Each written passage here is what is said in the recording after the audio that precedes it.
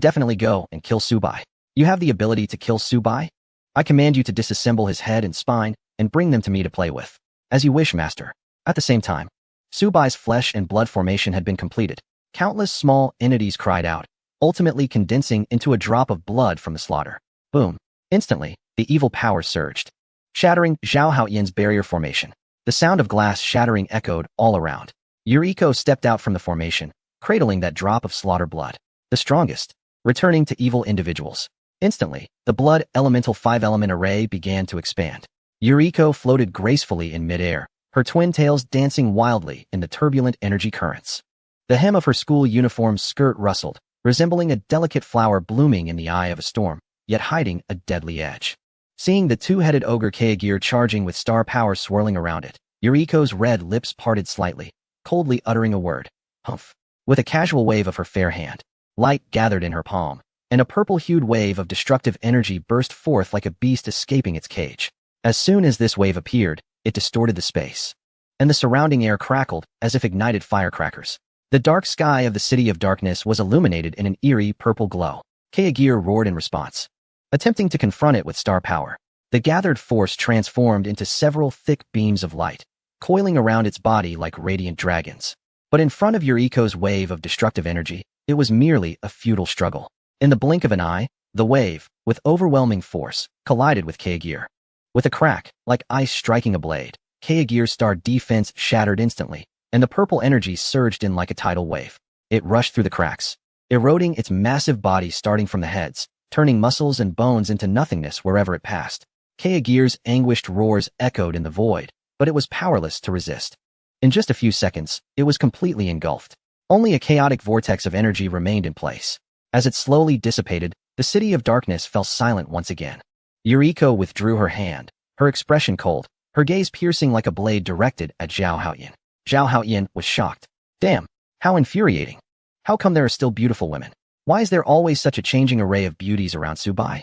You are incredibly powerful. My hero, Kogel, I thought you were the strongest. But unexpectedly, even when reaching the level of the Nebula universe, you still can't defeat your opponent. A sense of panic descends once again. The purple aura around Yuriko intensifies, resembling a mysterious sky bursting in the dark night. The blood and elemental array spins rapidly, its light akin to solidified blades, howling as it cuts toward Zhao Haoyan. Zhao Haoyan steadies himself, quickly drawing arcs with his hands in front of his chest, channeling magic to form a dark shield, with runes flickering on it, seemingly able to withstand all attacks. However, Yuriko snorts lightly, suddenly pushing her hands forward, and a wave of purple energy surges forth like a furious python, crashing into the shield with a force that could crush everything. A sizzling sound erupts as the magical shield appears to be corroded by a strong acid. The runes dim instantly, shattering as the wave of destruction breaks through and rushes toward Zhao Haoyan. Unable to evade, he is engulfed by the purple energy, his body trembling uncontrollably. His clothes torn and burned, skin lacerated and bleeding. He grits his teeth, trying to gather magic to resist, but the destructive wave continues to erode him. His insides feeling like they are being pounded by a heavy hammer, and he spits out a mouthful of blood mixed with fragments of his essence. Yuriko's expression is cold as she shifts her powers, the purple light in the air flickering and transforming into thousands of purple crystal arrows, poised in midair, ready to launch. In the next moment, the arrows rain down with a piercing scream, shaking the space they pass through. Zhao Haoyan's magical aura is torn apart as he stares wide-eyed in terror, his body pierced by the arrows, causing him to vomit blood once more and collapse to the ground, teetering on the brink of death. The essence is back. All demon generals, get it from me. Suddenly, the essence reappears, and the demon emperor mobilizes the entire force to seize it, aiming to enhance their own power. Although Zhao Haoyan had the essence before, he was not of the demon realm and could not maximize its strength.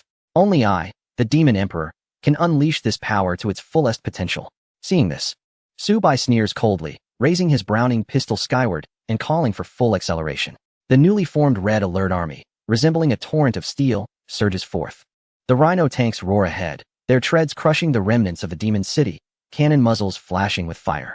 Shells scream as they smash into the charging demon soldiers.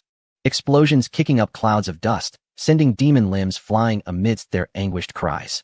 Following closely are waves of mobilized troops, clad in green with resolute expressions. They charge forward while firing their submachine guns, bullets pouring down like rain, weaving a dense web of firepower that prevents the demon soldiers from advancing. Any who dare to push forward are instantly turned into sieves, blood splattering everywhere. The magnetic storm infantry moves in pairs, electricity crackling around them as they stride forward, releasing thick blue arcs of electricity from their magnetic coils. Wherever they went, the magical soldiers were electrocuted, convulsing and collapsing, with powerful currents scorching the ground and causing smoke to rise, creating defensive electric nets to thwart their assault. In the sky, the giant Kirov airship loomed like a colossal steel beast, with rows of bombs underneath. At the command of the officer, the bombs rained down, and amidst the roar, large craters were blasted where the magical soldiers clustered, sending dirt and remnants of the soldiers flying, disrupting their charge formation. The demon lord stood in the back, eyes wide with fury, and waved his wand, commanding a group of demon generals to advance. These generals were tall, surrounded by swirling magical energy that seemed almost tangible, wielding massive axes or cracking whips, attempting to cleave through the bombs and disperse the electricity in an effort to breach the defenses of the Red Alert army.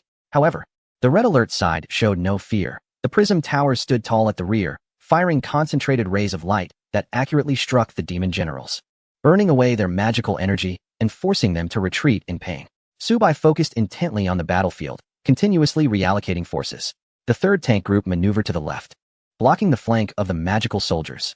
The air squadron maintained cruising altitude, prioritizing strikes against the enemy's high-tier combatants. Under his command, the Red Alert army operated in perfect harmony, their defenses as solid as a fortress, repelling the magical soldiers' charges while steadily advancing toward the blood elixir. Chapter 338. Subai's All-Star Hero Team versus the 8 Demon Generals. My Blood Elixir.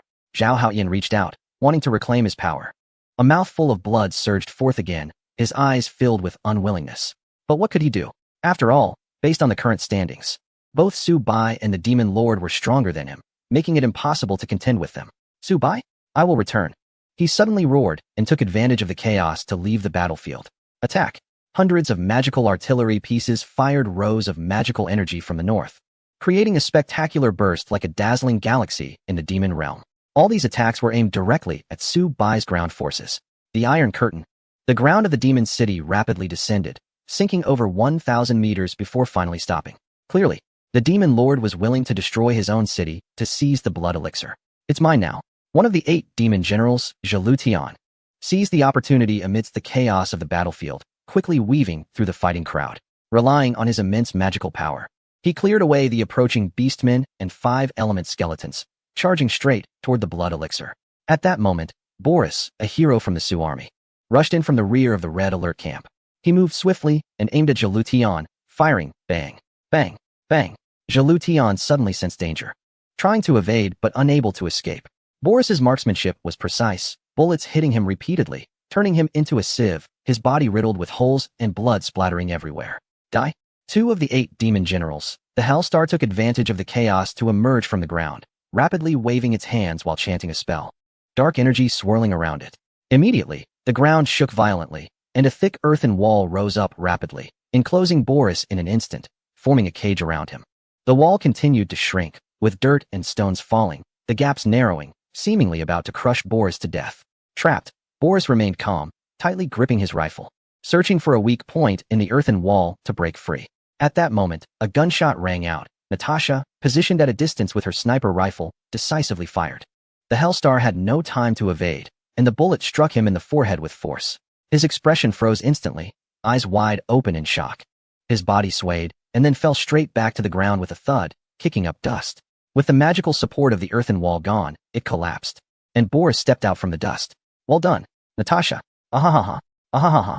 At the foot of the blood pill, the second-generation Tanya and the third-generation Tanya stood back to back. Facing the surging tide of demon soldiers, they remained composed, firmly gripping their specialized firearms. The second-generation Tanya took the initiative, firing both guns at full force, bullets rapidly firing into the crowd of demon soldiers. The demon soldiers at the front were hit, blood bursting from their chests as they fell to the ground, screaming in agony. The soldiers behind showed no signs of retreat, continuing to charge forward, determined to seize the blood pill. The third-generation Tanya quickly followed suit, firing accurately at the vital points of the demon soldiers. Those attempting to flank from the sides were shot in the head and neck, their heads exploding and necks snapping as they fell. More and more demon soldiers gathered, charging forward in droves. The 2 Tanyas coordinated seamlessly, sometimes crossing their fire to expand their attack range. Other times, They concentrated their fire on densely packed groups of demon soldiers, repeatedly repelling their assaults. This attack isn't strong enough. This group of demon soldiers is too weak. Witnessing all of this, the third of the 8 demon generals, the greedy wolf star, looked grim, raising its hands high and chanting a spell to invoke the laws of death. In an instant, the bodies of the fallen demon soldiers on the battlefield began to tremble, and hundreds of thousands rose one after another, enveloped in a shadowy aura, their forms twisting and enlarging into werewolves. These resurrected werewolves had firm muscles, bristling fur, and blood-red eyes, their power increasing tenfold as they howled and charged toward the blood pill. They moved swiftly, dodging bullets, swinging their powerful arms to deflect incoming attacks, pushing forward and increasing the pressure on Tanya and her counterpart. The second-generation Tanya and the third-generation Tanya looked serious, their guns continuing to fire. But the bullets merely sparked upon hitting the werewolves, leaving shallow marks and failing to inflict substantial damage. The demon soldiers and werewolves attacked in succession, the encirclement tightening, and the defensive circle of the 2 Tanyas shrinking, as they were quickly being overwhelmed by the tide of demons. This belongs to my master. You have no right to touch it. In this critical moment, Yuri X appeared at the front of the formation. He had a stern expression, calm demeanor, and walked steadily to the front line, facing the enemy soldiers without any fear. He raised his arm, pointing his finger at his temple, and began to chant a spell. In an instant, the 100,000 werewolves, which were charging madly to break through the defense line, suddenly halted, their eyes vacant, enveloped in a ghostly blue light. Then, among them, 50,000 werewolves turned around and charged at their fellow kind, roaring as they attacked each other. Some leaped and tackled their companions, tearing at each other's throats with their claws. Others engaged in close combat, breaking their opponents' arms and punching their heads. The assault of the enemy soldiers was thrown into chaos, their formation shaken. 3 of the 8 demon generals, the greedy wolf star was both shocked and furious. His eyes wide in disbelief at the scene before him. He hurriedly changed his spell, trying to regain control, but was unable to manage those werewolves. As the battlefield situation eased slightly, the pressure on the 2 from the defense line lessened, allowing them to adjust their firepower and unleash a frenzied barrage at the enemy soldiers and werewolves, aiming to expand their advantage. It's you, that little bald head, causing all this trouble. Demon Dragon, kill that bald head for me. The greedy wolf star shouted in exasperation, hastily summoning one of the 8 demon generals, the Demon Dragon, to eliminate Yuri X and break the control. You're too weak. The Demon Dragon spread its wings, a surge of dark energy enveloping it. It tilted its head back, a flash of light at its throat, and shot out a ball of black flame. The black flame soared into the sky, exploding with a bang as it struck several Kirov airships. The hulls of the airships melted from the intense heat, twisting as their internal structures shattered. Debris engulfed in flames fell from the sky. After this success, the Demon Dragon folded its wings and dove rapidly, engulfed in dark fire, the air sizzling as it passed. Thousands of airborne soldiers had no time to react before being caught in the flames, instantly turning to ashes, leaving only black smoke. Soon, the Demon Dragon approached Yuri X. Extending its sharp claws, a gust of wind accompanying its strike aimed at Yuri X's head, intent on killing him to break the werewolf control. Typically calm, Yuri X panicked. If he could break the control of those 50,000 werewolves now, he might be able to influence this dragon with his psychic power. However, if even one enemy soldier got close, a mere fingertip could spell his doom. It was a dead end, whether he let go or not.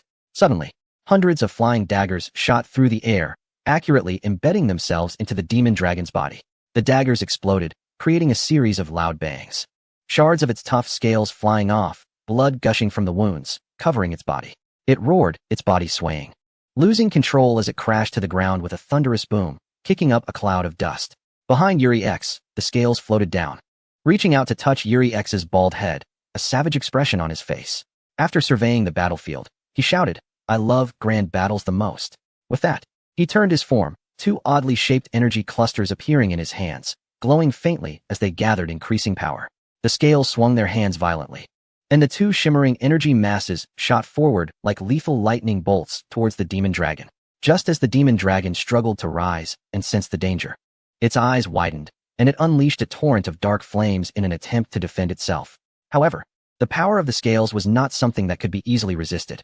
The energy masses instantly pierced through the dark flames and struck the demon dragon with a tremendous impact. With a loud explosion, the massive body of the demon dragon was blown apart, flesh and scales flying everywhere, filling the air with a bloody stench. Everyone on the battlefield was shaken by the force of the blast, and the demon soldiers showed signs of fear, their assault slowing down. Easily defeated.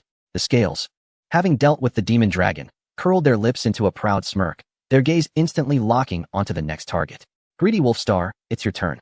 Moving like a phantom, they advanced with a surge of energy, ready to deliver a lethal strike. Greedy Wolfstar felt a chill in his heart, but was unwilling to sit back and wait for his doom. He quickly formed seals with his hands, and the power of the death laws surged around him, transforming into a black skull that lunged towards the scales with claws bared. You think you can kill me? He roared. The scales remained unfazed, crossing the two energy masses and swinging them forward with force, causing a burst of light that shattered the black skull to pieces. Seizing the moment, the energy howled as it aimed to pierce through Greedy Wolfstar's chest. At that critical moment, the sky suddenly darkened and the Demon Emperor descended, bringing with him the power of the demon realm. Raising his hand, the surrounding dark energy coalesced into an invisible sword, black as night, seemingly able to swallow all light. And he brought it down with devastating force. Get out of my way, you nuisances! The Demon Emperor shouted furiously. The scales were caught off guard and were heavily struck by this blow, flying away like a kite with its string cut, crashing through several ruined walls before barely stabilizing. Blood oozing from the corner of their mouth, their face pale. Seeing this, Subai quickly appeared beside the scales, speaking in a deep voice, "Don't act rashly. The Demon Emperor has finally come out." The Demon Emperor stood proudly, dark energy swirling behind him like ink clouds, and thousands of demon soldiers shouted in unison, the sound reverberating painfully in the ears. "The blood pill will return to my hands today, and you all shall die." He flipped his palm, and the invisible sword buzzed ominously, ready to strike. Natasha, witnessing the Demon Emperor's arrogance, a flash of determination crossed her beautiful eyes. She knelt on one knee, raising her iconic sniper rifle, holding her breath, and gently squeezed the trigger. Bang! The gunshot pierced through the chaotic battlefield, the bullet, accompanied by a fierce wind, shot towards the Demon Emperor's head like a silver meteor. The Demon Emperor didn't even flinch. The dark energy around him automatically condensed into a layer of dark shield. The moment the bullet struck, sparks flew, and with a sharp sound, the bullet was deflected and fell to the side. "Is that all you've got?" The Demon Emperor scoffed, not even moving an inch, as the invisible sword continued to hum, its pressure becoming increasingly oppressive. "Let's see how you handle this." With a wave of Subai's hand, dust rolled in the distance, and thousands of Ghost King mechas charged in like a torrent of steel, surging towards the Demon Emperor with an overwhelming force. The Demon Emperor, upon seeing this, merely let out a cold laugh, showing no fear in his eyes. He moved slightly, and the demonic energy around him swirled like a black storm, causing an invisible sword to instantly expand several times. With a swing of the sword, a massive black sword energy exploded in a fan shape, shattering the metallic shells of the Ghost King mechas wherever it passed, sending debris flying everywhere. The Demon Emperor moved through the mecha swarm as if strolling in a garden, effortlessly disassembling and blasting away one mecha after another with every gesture. However, while he was clearing one of them, Boris seized the moment. Leaping from the shoulder of a Ghost King mecha, taking advantage of his elevated position, he tightly gripped his automatic rifle and fired continuously. Bullets pouring down like rain towards the Demon Emperor. Caught off guard by this sudden rain of bullets, the Demon Emperor didn't have time to fully defend himself, and several bullets pierced through his body, black blood gushing out like an uncontrollable spring. After landing, Boris rolled to dissipate the impact and stood firm, unhesitatingly biting open a bottle of vodka. He took a couple of swigs, the spicy liquid stinging his throat and reddening his eyes, but it also fueled his courage. He quickly pulled out a lighter, igniting it with a click, and the blue flame shot up instantly. The vodka ignited, turning into a raging fire as Boris swung his arms, hurling the burning liquor towards the Demon Emperor. The flames, accompanied by the burning vodka, roared towards the Demon Emperor, enveloping him in an instant. "Want to burn me? Dream on." The Demon Emperor roared, gathering all his magical power with all his might, compressing the swirling demonic energy, which then exploded violently. Boris was directly blasted away by this force, flying several hundred meters before crashing to the ground and breaking several ribs. Seizing the opportunity, Subai acted swiftly, dark clouds appearing above the Demon Emperor. When he looked up, he saw that Subai had transported dozens of super fortresses over. The general of the shogunate glowed red, and dozens of fiery beams shot out in an instant, burning towards the Demon Emperor. The Demon Emperor's demonic energy surged, and he waved his hands fiercely, rapidly condensing the energy into a thick, dark protective shield that firmly withstood the onslaught of the fiery beams. "Humph, with such weak tactics, you dare to show off in front of me." Seeing that this attack was ineffective, Subai frowned tightly and did not hesitate to strike again. The Athena railgun behind him locked on, and a massive laser shot straight down from above, its dazzling light seeming to split the heavens and earth as it smashed towards the Demon Emperor's shield. Where the laser collided with the shield, energy surged violently, causing the surrounding air to buzz, yet the shield remained unbreakable, only rippling slightly. Still not giving up? The Demon Emperor glared, his eyes wide with anger, continuously channeling magical power to reinforce the shield.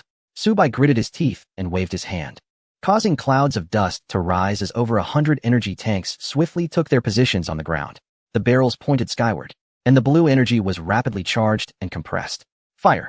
With a command from Subai, the energy tanks roared in unison, unleashing sharp beams of energy that shot toward the Demon Emperor in a fan-shaped formation.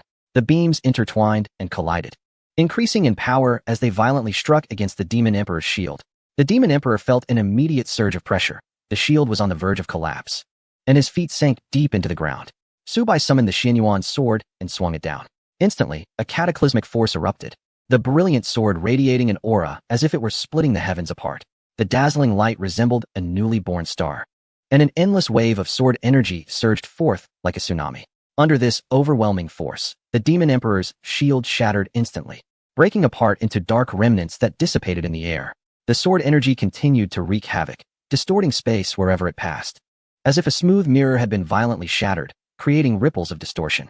The ground was cleaved by the sword energy, forming deep ravines that resembled grotesque wounds on the earth, while dust and debris were swept into the air, creating a massive dust storm that obscured the sky. The demon soldiers were as fragile as ants before this power, instantly turned to dust, leaving no trace of their existence. The Demon Emperor had no way to evade and could only endure the blow of the sword. Boom! The righteous energy of the Xianyuan sword clashed with the evil power of the Demon Emperor, representing the ultimate forces of good and evil. The overwhelming explosion illuminated the entire realm, followed by an endless tide of darkness and chaos spreading outwards. The sky of the demon realm was torn into countless fragments, and the earth crumbled like fragile eggshells, mountains and rivers vanishing into nothingness. Cracks in space spread wildly, as if seeking to erase the entire existence of the demon realm from the universe. Amidst this violent energy surge, the surviving demon soldiers let out wretched howls, their bodies twisting and distorting under the energy's pull, ultimately dissipating into nothingness. Even Subai was thrown back by the force. When he regained consciousness, everything around him had turned to dust. Both the demon soldiers and his own forces had been reduced to nothing. He slowly stood up, spitting out a mouthful of blood, feeling an excruciating pain in his insides. Ha! Subai, I shall call you the strongest. I, the Demon Emperor, have faced countless foes in my life, but only you can bring me such distress. In the distance, near the blood pill, the Demon Emperor slowly approached, his body marked by the scars inflicted by the righteous energy of the Xianyuan sword. However, surrounded by dark energy, his wounds gradually began to heal. The demon star formation unfolded, and the Demon Emperor began to consume the blood pill. On the other side, thousands of miles away, Zhao Haoyan was scratching his head in frustration. The battle between Subai and the Demon Emperor just now was earth-shattering. He had barely managed to escape. The problem was how to get out, how to leave this demonic realm. Otherwise, whether Subai or the demon flute emerged victorious, he would have no good outcome. Damn it! This demonic realm was boundless and transcended time and space. How could he leave? How could he leave? In his arms, there was a newborn demon infant, an offspring that Zhao Haoyan was forced to bear. It was ugly and possessed innate demonic power, extremely evil. In a daze, he stumbled into a forest. Suddenly, the ground beneath him began to tremble, and a crack opened up simultaneously from both sides. Zhao Haoyan quickly pushed his abilities to float into the air, narrowly avoiding falling into the fissure. Just as he took off, he was drawn in by a powerful suction force. With great effort, he finally broke free from this strong pull and left the strange forest behind. However, from a high vantage point, he noticed that the forest actually resembled a human face. The crack he had just seen was merely the forest's wide-open mouth. Damn it! The Demon Emperor invaded me. Subai humiliated me, and even a patch of forest wants to keep me here. I, Zhao Haoyan, will not be underestimated. Do you think I am a sickly cat? Gathering the last of his strength, Zhao Haoyan unleashed a super shockwave of a two-headed ogre chieftain. The shockwave roared like a raging storm, carrying violent force toward the forest that resembled a human face below. Wherever it passed, the air was compressed sharply, producing a piercing shriek, and the space seemed to twist and deform under this power. Yet, when this force struck that face, it felt like a mere fart. There was no effect whatsoever.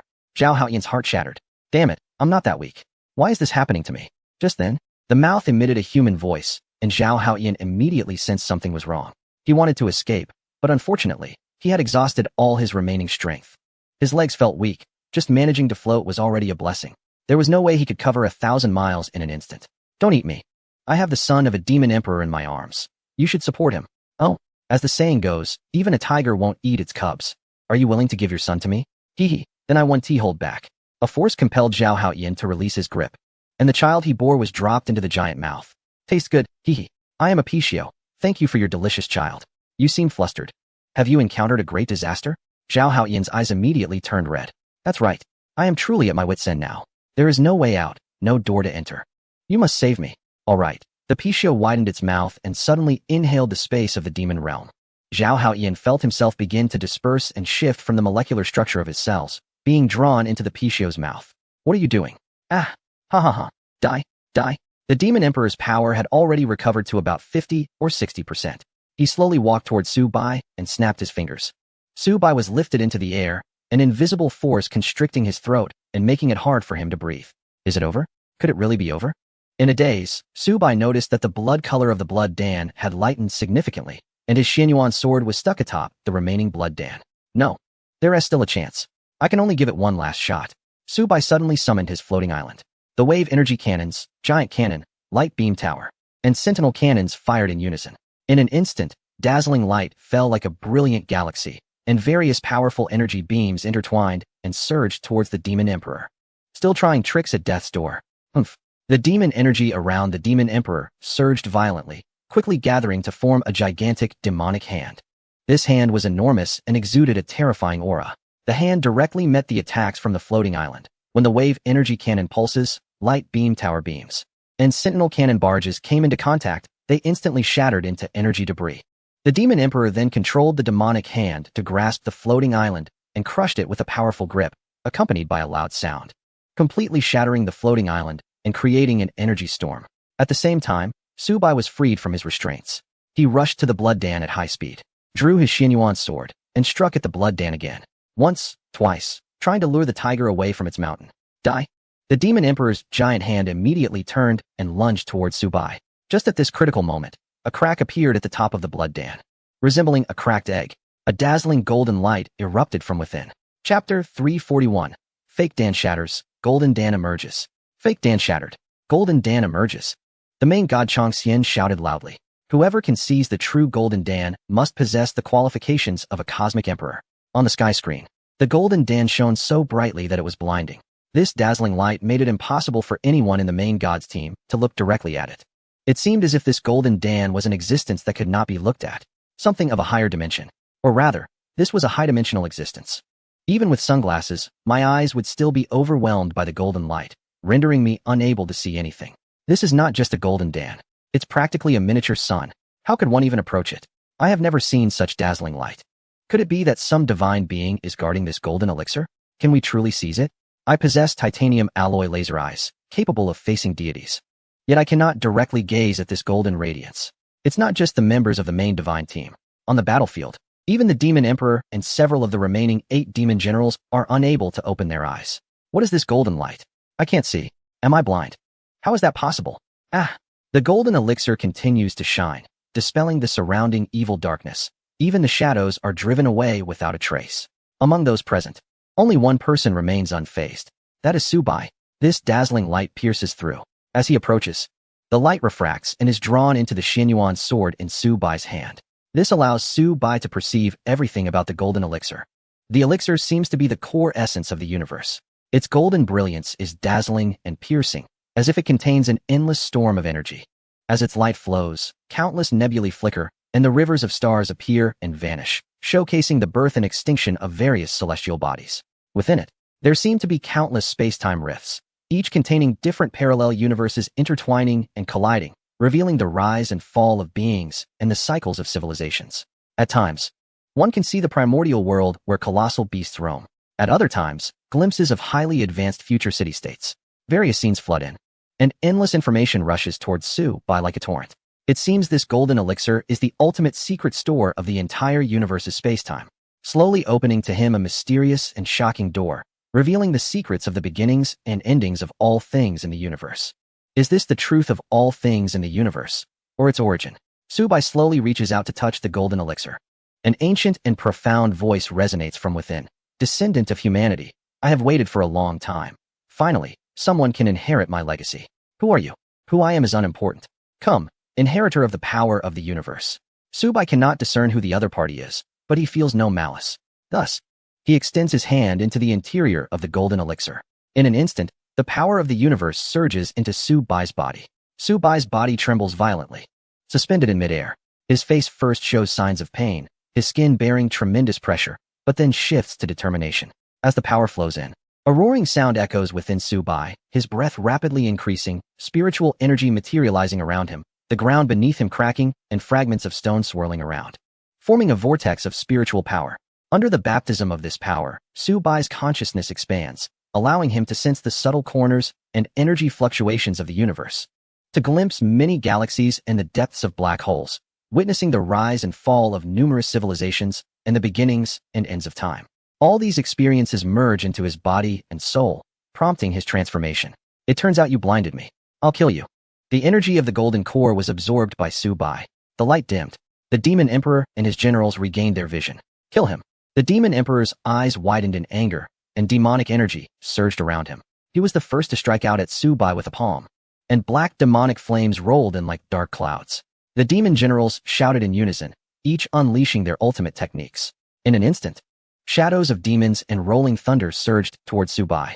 However, just as the power of the demon realm was about to touch Subai, a layer of transparent ripples suddenly appeared around his body, resembling an indestructible shield. This invisible force, like the primordial laws of the universe, completely blocked the attacks of the demon emperor and his generals.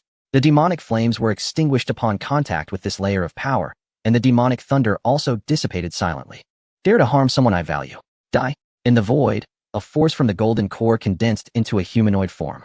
The power quickly gathered, stretched, and solidified, ultimately transforming into an imposing man dressed in ancient imperial robes.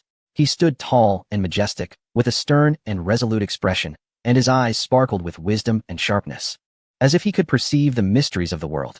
The imperial robe swayed gently in the wind. His expression remained unchanged as he lightly raised a hand that seemed to contain the power of endless galaxies and casually waved it towards the demon generals. In an instant, the air was sliced as if by a sharp blade, emitting a piercing whistle. An invisible, powerful force surged forth like a roaring tide, distorting the space it passed through, as if it aimed to tear apart the very heavens and earth. The demon generals had no time to react before being struck by this force. Their bodies, like fragile paper kites, were instantly torn into countless pieces by the terrifying impact, dissipating in the wind, leaving only a few chilling screams echoing in the air. The demon emperor was shocked. This person's strength was clearly several times beyond his own, dozens or even hundreds of times greater. He couldn't help but take a few steps back. Human, who exactly are you? Ha ha ha, such a young one, yet you haven't heard of my name. But you no longer need to know it. You, great sage. Since I am but a junior, can you spare me? The entire demon realm is willing to submit to you. He softened, completely yielding. There was no other way. Resisting would lead to death. Now, begging for mercy might offer a glimmer of hope. The Emperor of Xianyuan. The Emperor. The Lord God was frozen in place, then burst out with a loud shout. He had thought that the Emperor of Xianyuan had long passed away, that there was no longer a protector of the human race in this world. Unexpectedly, he had reappeared today. I, Changxian, your general, Changxian murmured. Immediately, memories from centuries ago surfaced in my mind. The scenes of the Yellow Emperor battling against countless clans were vivid. Now, seeing the Emperor again, a sense of loss and sadness inevitably arose in my heart, as he seemed to be missing a part of himself. However, in the next moment, the Yellow Emperor, with his profound understanding of the universe, quickly sensed this faint sadness. In the celestial realm, a gigantic hand shattered the space. Changxian, you have fought alongside me in countless battles, yet I have never seen you so sorrowful today. This is not like you. Chapter 342. The tribes pay homage. Subai slowly opened his eyes. The power of the golden core fully permeated his being, coursing through every limb and bone. Now, he had been tempered by the entire parallel universe, capable of wielding the forces of the cosmos. Who are you? I am the supreme of the human race. The Yellow Emperor. Of course, this is just a remnant of my soul within the golden core consciousness. It is you who has orchestrated the rise of the human race, battling and stirring the universe. The resonance is like mountains and flowing water. It has awakened me. The Yellow Emperor explained the reason for his awakening. Now you have proven yourself with your strength. The countless clans of the heavens cannot bully the human race. In the future, you must use this power wisely. Gradually, The Yellow Emperor's body continued to dissipate until it turned into nothingness. Suddenly, Changxian appeared, saying, "Since the Yellow Emperor has acknowledged you, you must shoulder the mission of the entire universe. He has finally left, and I no longer need to hide. Subai, die." Seeing the Yellow Emperor vanish, the Demon Emperor immediately unleashed the full might of the demon realm to ambush Subai. Concentrating all his demonic energy, he unleashed a massive black wave of attack, imbued with the evil and destructive essence of the demon realm, swiftly charging towards Subai. Subai remained calm, the power of the universe rapidly circulating within him. He raised the Xianyuan sword and swung it forcefully, sending a golden sword aura with immense power to slash at the Demon Emperor's attack. The two forces collided, producing a tremendous sound, and the powerful energy shattered the surrounding space. The Demon Emperor's full force attack was easily severed by Subai, with the residual energy scattering outward, causing destruction to the environment. The Demon Emperor, shocked and unable to react, found Subai swiftly moving in front of him, the Xianyuan sword pressed against his throat. In terror, the Demon Emperor exclaimed, "Your power. You inherited that old man's strength. How is this possible?"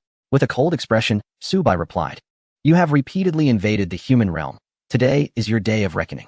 With that, Subai swung the Xianyuan sword, killing the Demon Emperor. "You cannot kill me. If you do, the balance of the universe will be disrupted." "What do you mean?" "In any universe, there is light and darkness, just like yin and yang. We, the demon race, devour the weak and the old from planetary spaces to create living space for the emerging universe to grow. If you kill me, the number of parallel universes cannot be reduced. One day, space will run out. Not only humans, but also countless other races will lose their living space." As he spoke, the Demon Emperor laughed. Subai looked at Changxian, hoping to find an answer in his expression. The latter nodded silently, acknowledging the Demon Emperor's statement. He was right.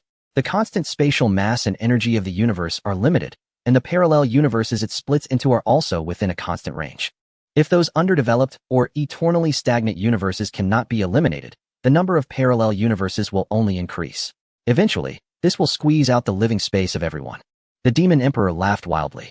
"Did you hear that? This is the reason. I am innocent. What I am doing is for the peace of the universe. You cannot kill me. Let me go." Subai listened to the Demon Emperor's wild laughter, his expression unwavering, with a cold, killing intent in his eyes. "Humph. Sweet words and falsehoods.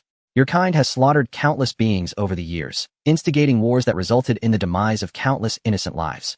Can this be covered up with just your claim for cosmic balance?" Subai snorted coldly, the Xianyuan sword in his hand trembling slightly, as if responding to its master's anger. "If what you say is true, why not choose together with humans which races need to be eliminated? Instead, you collude with countless other races against humanity. Your so-called balance is nothing more than fear of humanity rising again." Subai's words were sharp, pressing forward step by step. The Demon Emperor's laughter abruptly stopped, a hint of panic flashing in his eyes, but he still argued fiercely, "Survival of the fittest is the law of the universe. What wrong have I done? Today, I will use the power of the universe to shatter your hypocritical mask and reshape true balance." Subai said no more. The Xianyuan sword in his hand shone brilliantly, with the power of the universe continuously pouring into the sword body. He raised the Xianyuan sword high, his figure flashing, and in an instant, he appeared above the Demon Emperor's head, then swung the sword down violently. This strike gathered Subai's anger towards the atrocities of the demon race, his commitment to justice, and his responsibility for cosmic peace. A brilliant golden sword energy, like a ray of light piercing through the darkness, surged towards the Demon Emperor with an unstoppable momentum. The Demon Emperor widened his eyes in terror, wanting to dodge, but found there was no escape. The sword energy instantly enveloped the Demon Emperor, and in a dazzling light, his body was completely shattered, turning into countless black particles that dissipated between heaven and earth. "Oh no, you were too impulsive, too impulsive. Who will manage the stagnant universes now?" Changxian clapped his hands frantically. "Don't panic. Killing the butcher doesn't mean we will eat a pig with hair. Since the Demon Emperor is dead, let us select someone to lead the countless realms and decide which stagnant universes need to be eliminated. This is indeed a method. For now, it can only be you to take charge of the situation. 3 days later, after the troops have finished their rest, they will occupy the city." Subai issues a golden edict to all races across the parallel universe. "Master of the universe, all races heed my command. The new emperor ascends. The old gods have been slain. Commanding the universe, who dares to disobey?" Immediately, countless representatives of various races hurry to the demon realm and arrive at the city to pay homage to the new master. In the square, the representatives of the races line up neatly, all kneeling on one knee, bowing their heads in submission. The giant race is the first to present their sacred object, the heart of the Titan.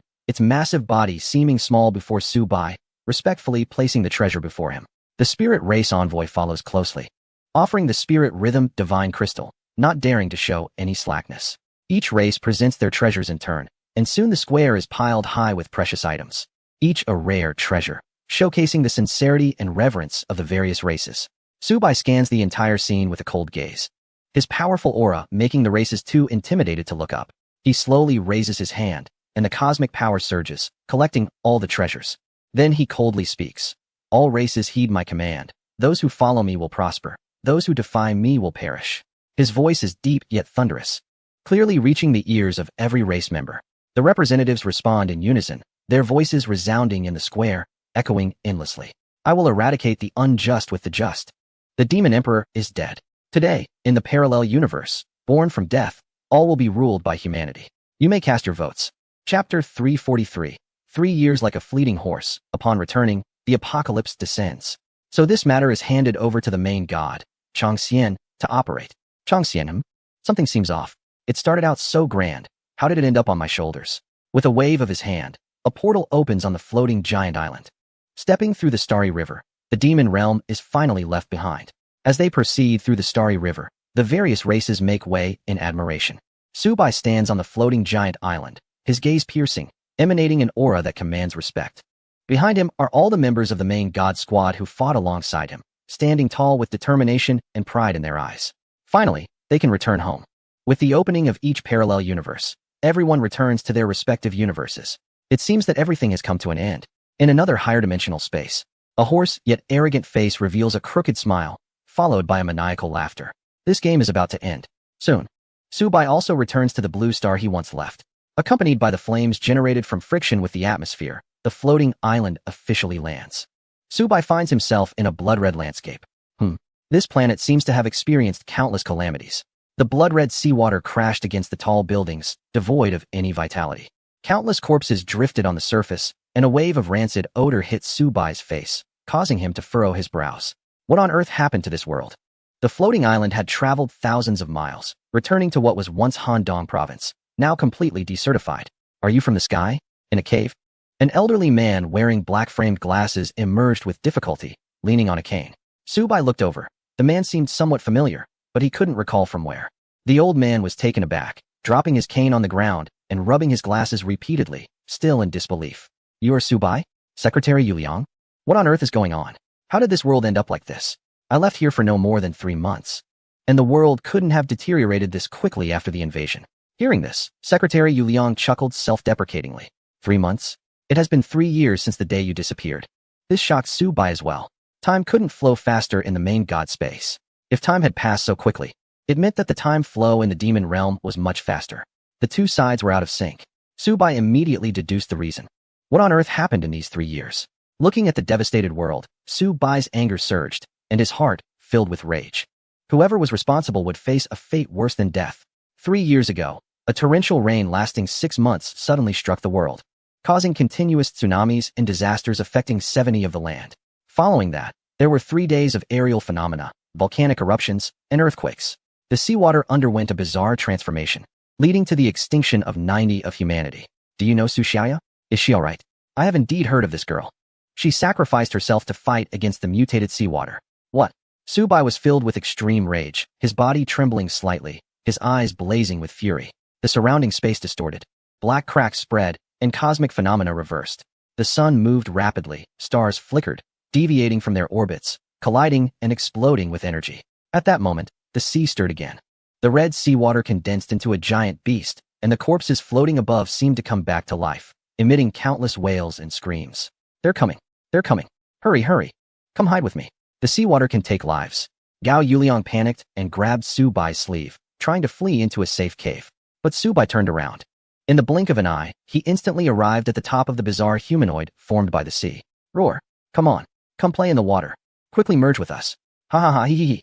Countless people opened their mouths wide, emitting strange sounds amidst the rising and falling blood-red sea. Su Bai had now gained the power of the entire universe. With ease, he observed all the deceased. To his surprise, he found the figures of Wang Xiaohu and Chen Xiao, 2 former friends. Xiaohu, Xiaozi, I'm sorry for not taking good care of you. But don't worry. I will definitely find the killer and make him pay the price he deserves.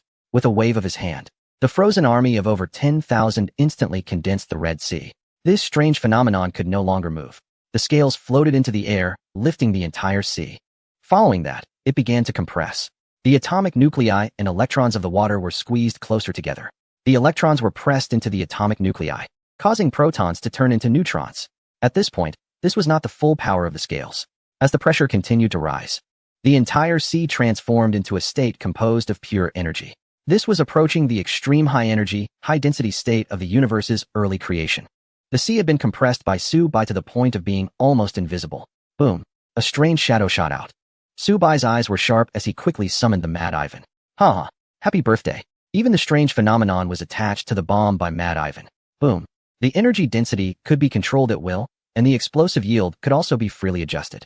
After a spark of flame appeared in the sky, the strange phenomenon vanished. Next, Su-Bai instructed the scales to unfold the sea. Due to the reorganization of various atoms, the entire sea was reborn. The surviving humans stared blankly at this scene, their eyes filled with shock and disbelief. They had never witnessed such powerful force. Someone was the first to react, kneeling down with a thud, murmuring, "God, thank you for saving us." Others followed suit, kneeling and bowing to Su-Bai. Gao Yuliang was even more shocked beyond measure. Is this the person who returned from the main god space? How is that possible? He had encountered someone before who, despite their extraordinary power, could not prevent disaster. Has Su-Bai become a god now? At the same time, other team members from the main god space who fought alongside Su-Bai lost contact with his blue whale one by one. In the sky, Chang Xian anxiously revealed his true identity. This left the people of Blue Star in shock. Who is he? Could he be a god? Finally, a god. A god has come to save us. How wonderful, how great. Humanity is saved. Chang Xian, I am the main god, the master of all in the universe. Well, in which dimension of Blue Star is Su-Bai? If anyone sees him, please help me locate him. I have urgent matters to discuss. Humanity? Chapter 344 Su-Bai. How can you not think of all humanity? So selfish. What? The god of the universe has descended and is looking for Su-Bai? Su-Bai? That name sounds familiar. Oh no, it can't be him, right? Who? The man who dominated Blue Star 3 years ago.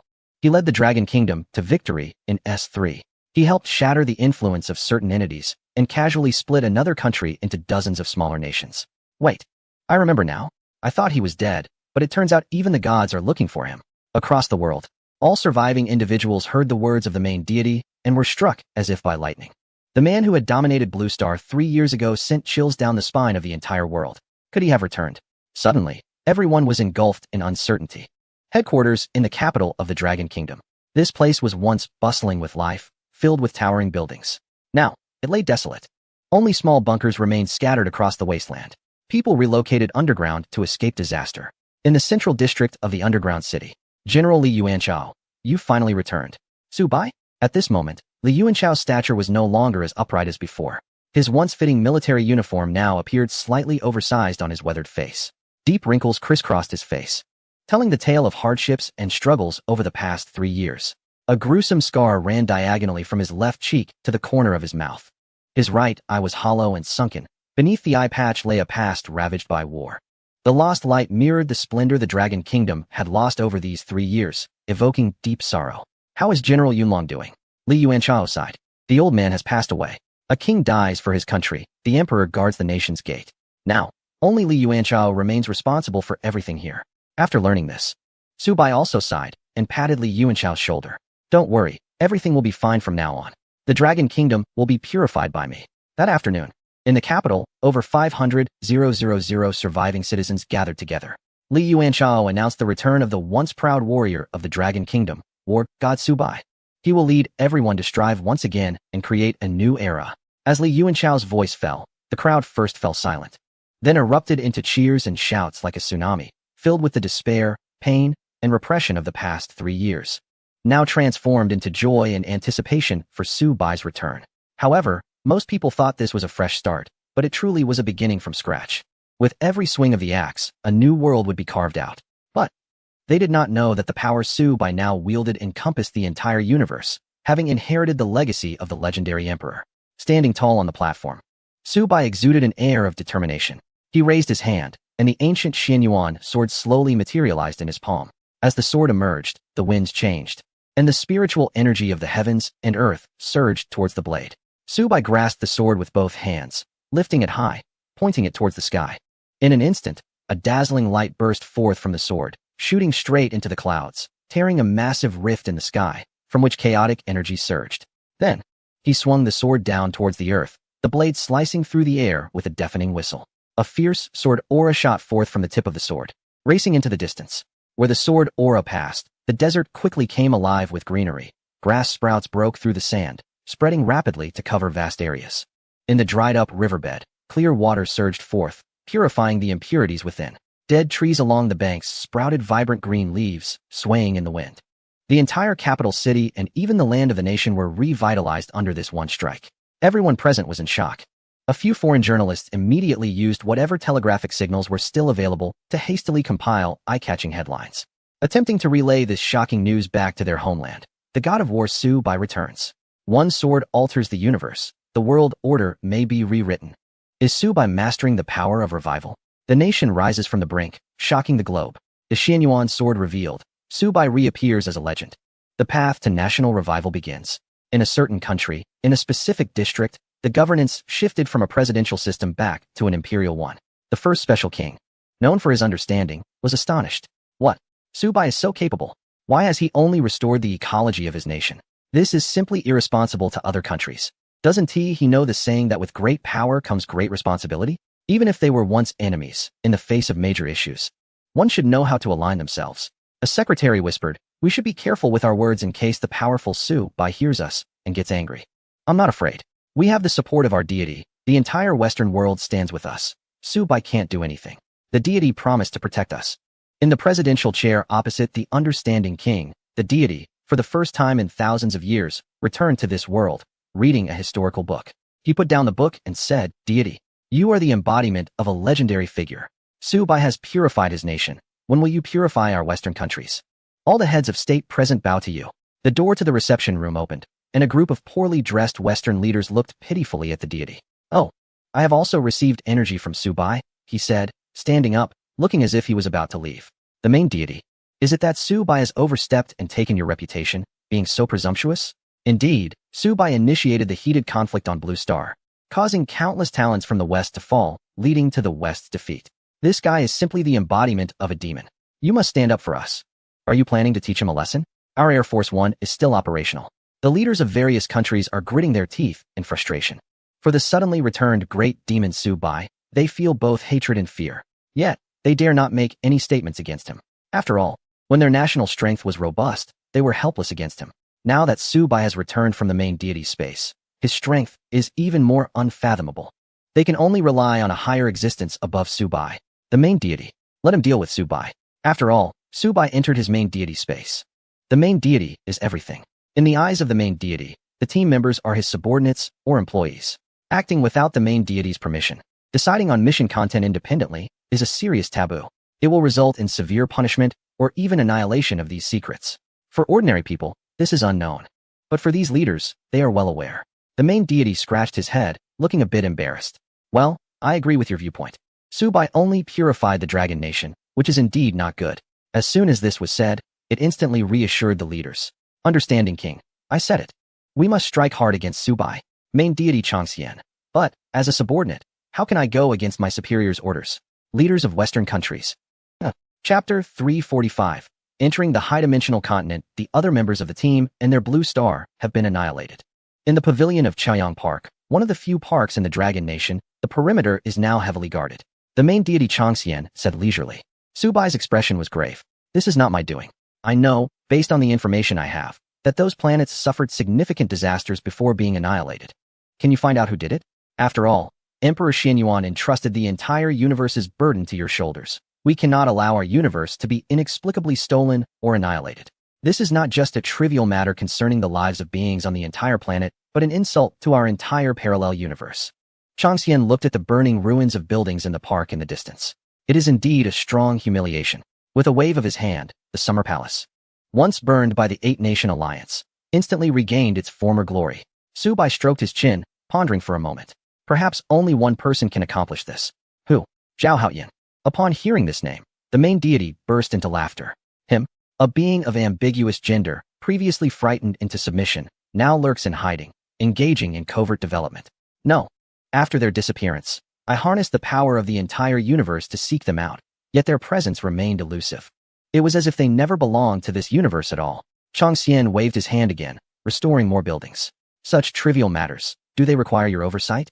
He closed his eyes and concentrated, activating his divine power to begin searching for Zhao Haoyan. As long as he exists, the divine being could summon him from any corner of the universe, unless he had reached a level of existence akin to that of a cosmic emperor, beyond perception. However, as each moment passed, the divine being's brow furrowed, beads of sweat forming on his forehead, still unable to locate Zhao Haoyan. Just as mentioned earlier, it seemed he had never been part of this universe. The divine being even reviewed Zhao Haoyan's records, his life on the Blue Planet, and his parents' academic pursuits. There was no information. Everything had been erased. Even the memories of others did not contain this person. Only those at the level of the divine being could retain this memory. How could this be? Stop searching. I have tracked his last steps before leaving this world. Tao Dai. Su Bai waved his hand, causing the sky to change dramatically, revealing a black vortex in outer space. Blood-red eyes emerged from the vortex as Tao Dai revealed its massive form. Surrounded by swirling black mist, its appearance roared through the heavens, greedily absorbing energy, causing its body to expand and obscuring vast stretches of space. The sunlight was gradually blocked by its form, plunging the Earth into darkness, bringing about an eclipse. International Space Station, do not disturb me. Who summoned me from the demon realm? Tao Dai. Now the divine being has become the lord of the demon realm, holding the power of destruction. You must submit to him. Oh, after a brief nap, the demon realm has changed hands. Speak. Are you inviting me to a grand feast? This blue orb looks quite delectable. Eat. Su Bai scoffed. Rest assured, giving the wrong answer will leave you with nothing. Tell me, where did Zhao Haoyan go after meeting you? Tao Dai pondered for a moment. I felt pity for him, so I consumed him. Are you saying he is in your stomach? Su Bai questioned skeptically.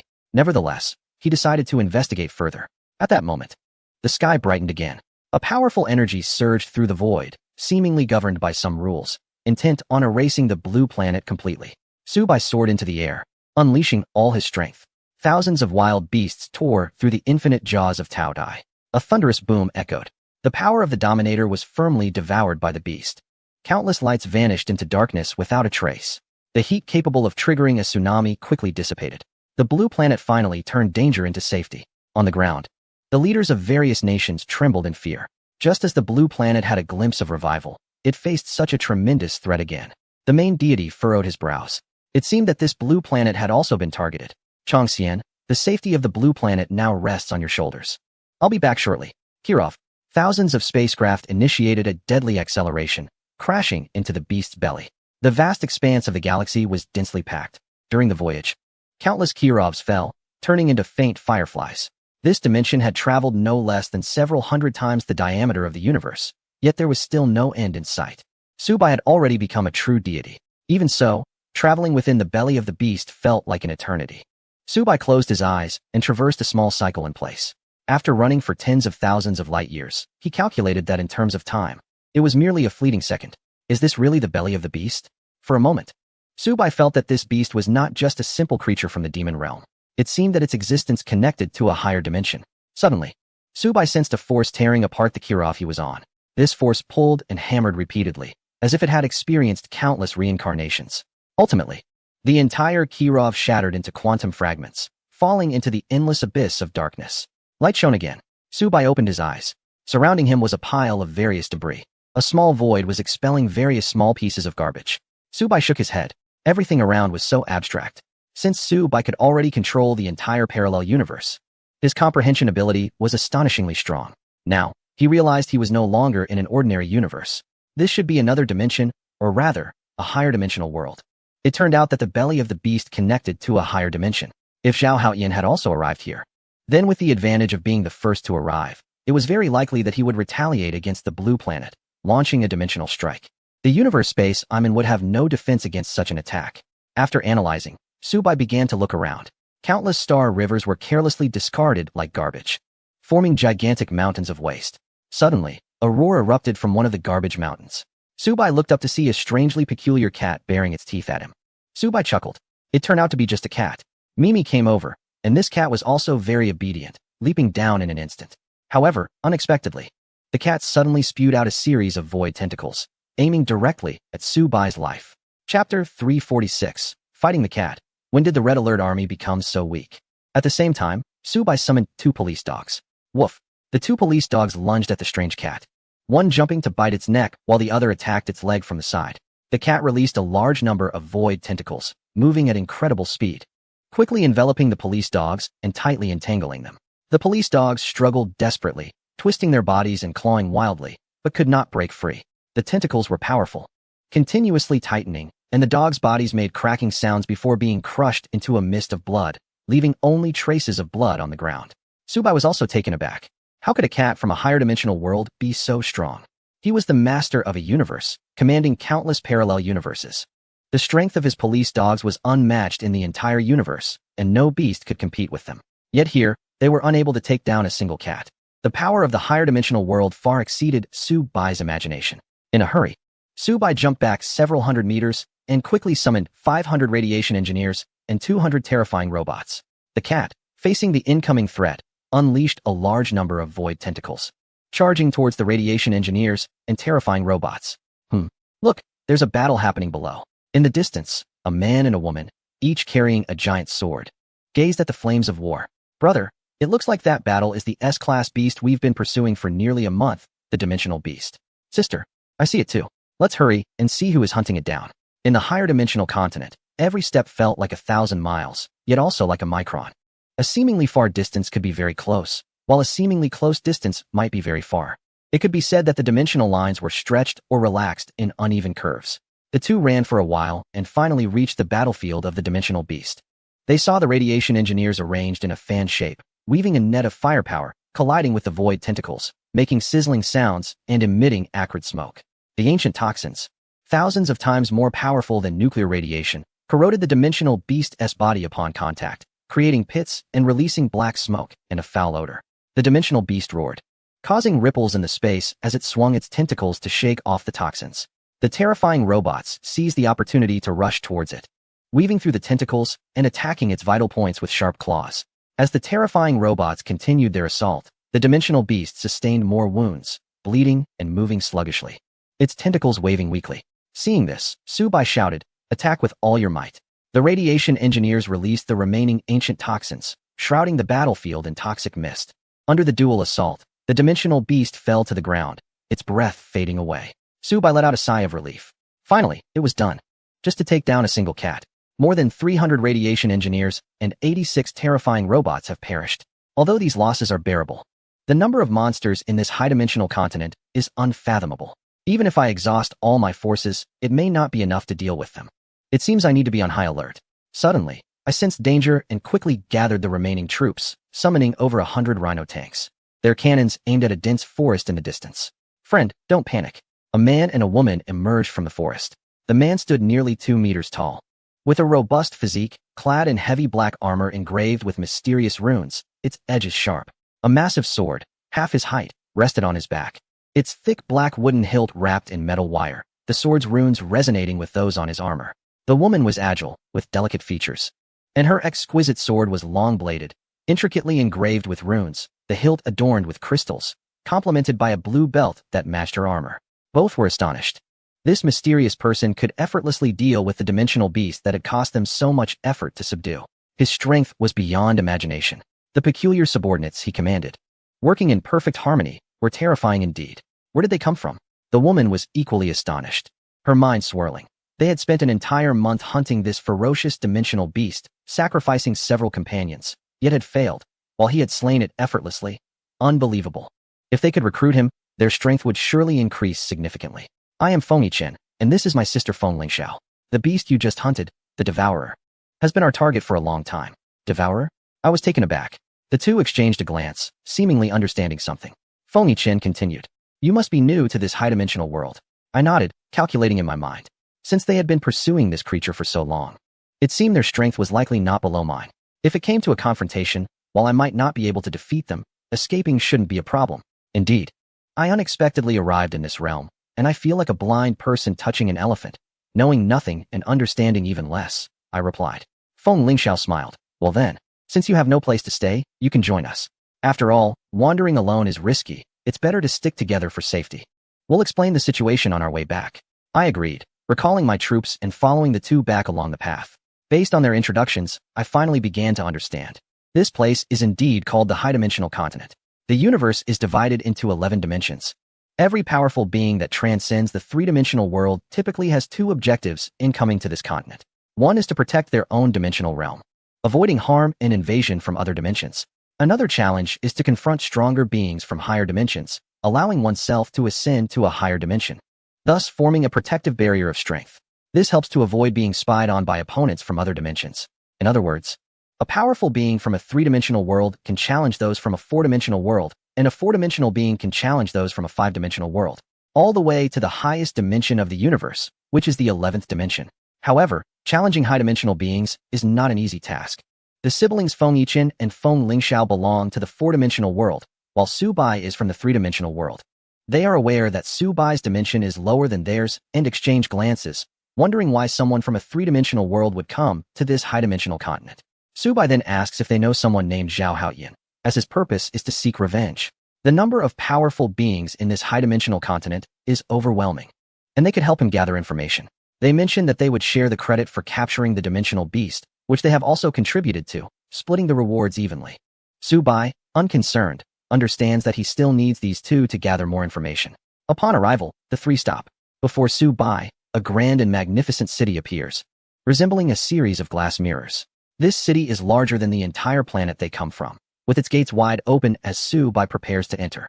However, Feng Lingxiao grabs Su Bai's arm, saying, "This is not where we should enter, let's wait a moment." Just as Su Bai is puzzled, the entire city undergoes a dramatic transformation. Unexpectedly, the massive city begins to fold. The once splendid and crystal-like city starts to refract and fold, like a flat piece of paper being transformed into origami. The elegance and grandeur are replaced by a grim and dark atmosphere, filled with sewage and decay. A filthy and dark city reveals itself to Su Bai. Feng Yiqian explains, this city is divided into several dimensions. Individuals like us, who are from lower dimensions, can only reside in the lower-end areas. The earlier majestic and beautiful sights are reserved for those from higher dimensions. Su Bai is left speechless. Here, dimensions not only represent personal strength, but also the living environment. Entering this sewage-filled city, they see drunken strongmen lying by the roadside. These individuals were once powerful beings in their own dimensions, originally thought to be unmatched talents. After understanding the secrets of the high-dimensional world, I decided to continue becoming stronger. Upon arriving here, I realized I was just a nobody, which led me to despair and become a homeless person on the street. When saying this, Feng Yiqian's expression was somewhat melancholic, as if these words were spoken from the heart. Along the way, the other party explained more to Su Bai. The two of them belonged to the Sword Dao Dimension universe, where in countless parallel universes, the sword was supreme. Back then, the two siblings opened the heavens with one sword and cut through half of the cosmic space with one knife. However, upon arriving at this high-dimensional continent, they could only live as ordinary people. To advance in dimension here, one needed to hunt monsters that disrupted the dimensional lines in exchange for official rewards, which were the currency here, known as Dao fragments. These fragments could not only be used for consumption, but also to enhance oneself, making them extremely rare. As they spoke, Su Bai was already led to the official guild set up by the high-dimensional rulers. Newcomer? Well, let us register. The staff responsible for registration didn't even look up at Su Bai. In the void, the dimensional fragments reorganized, and Su Bai's information was immediately registered successfully.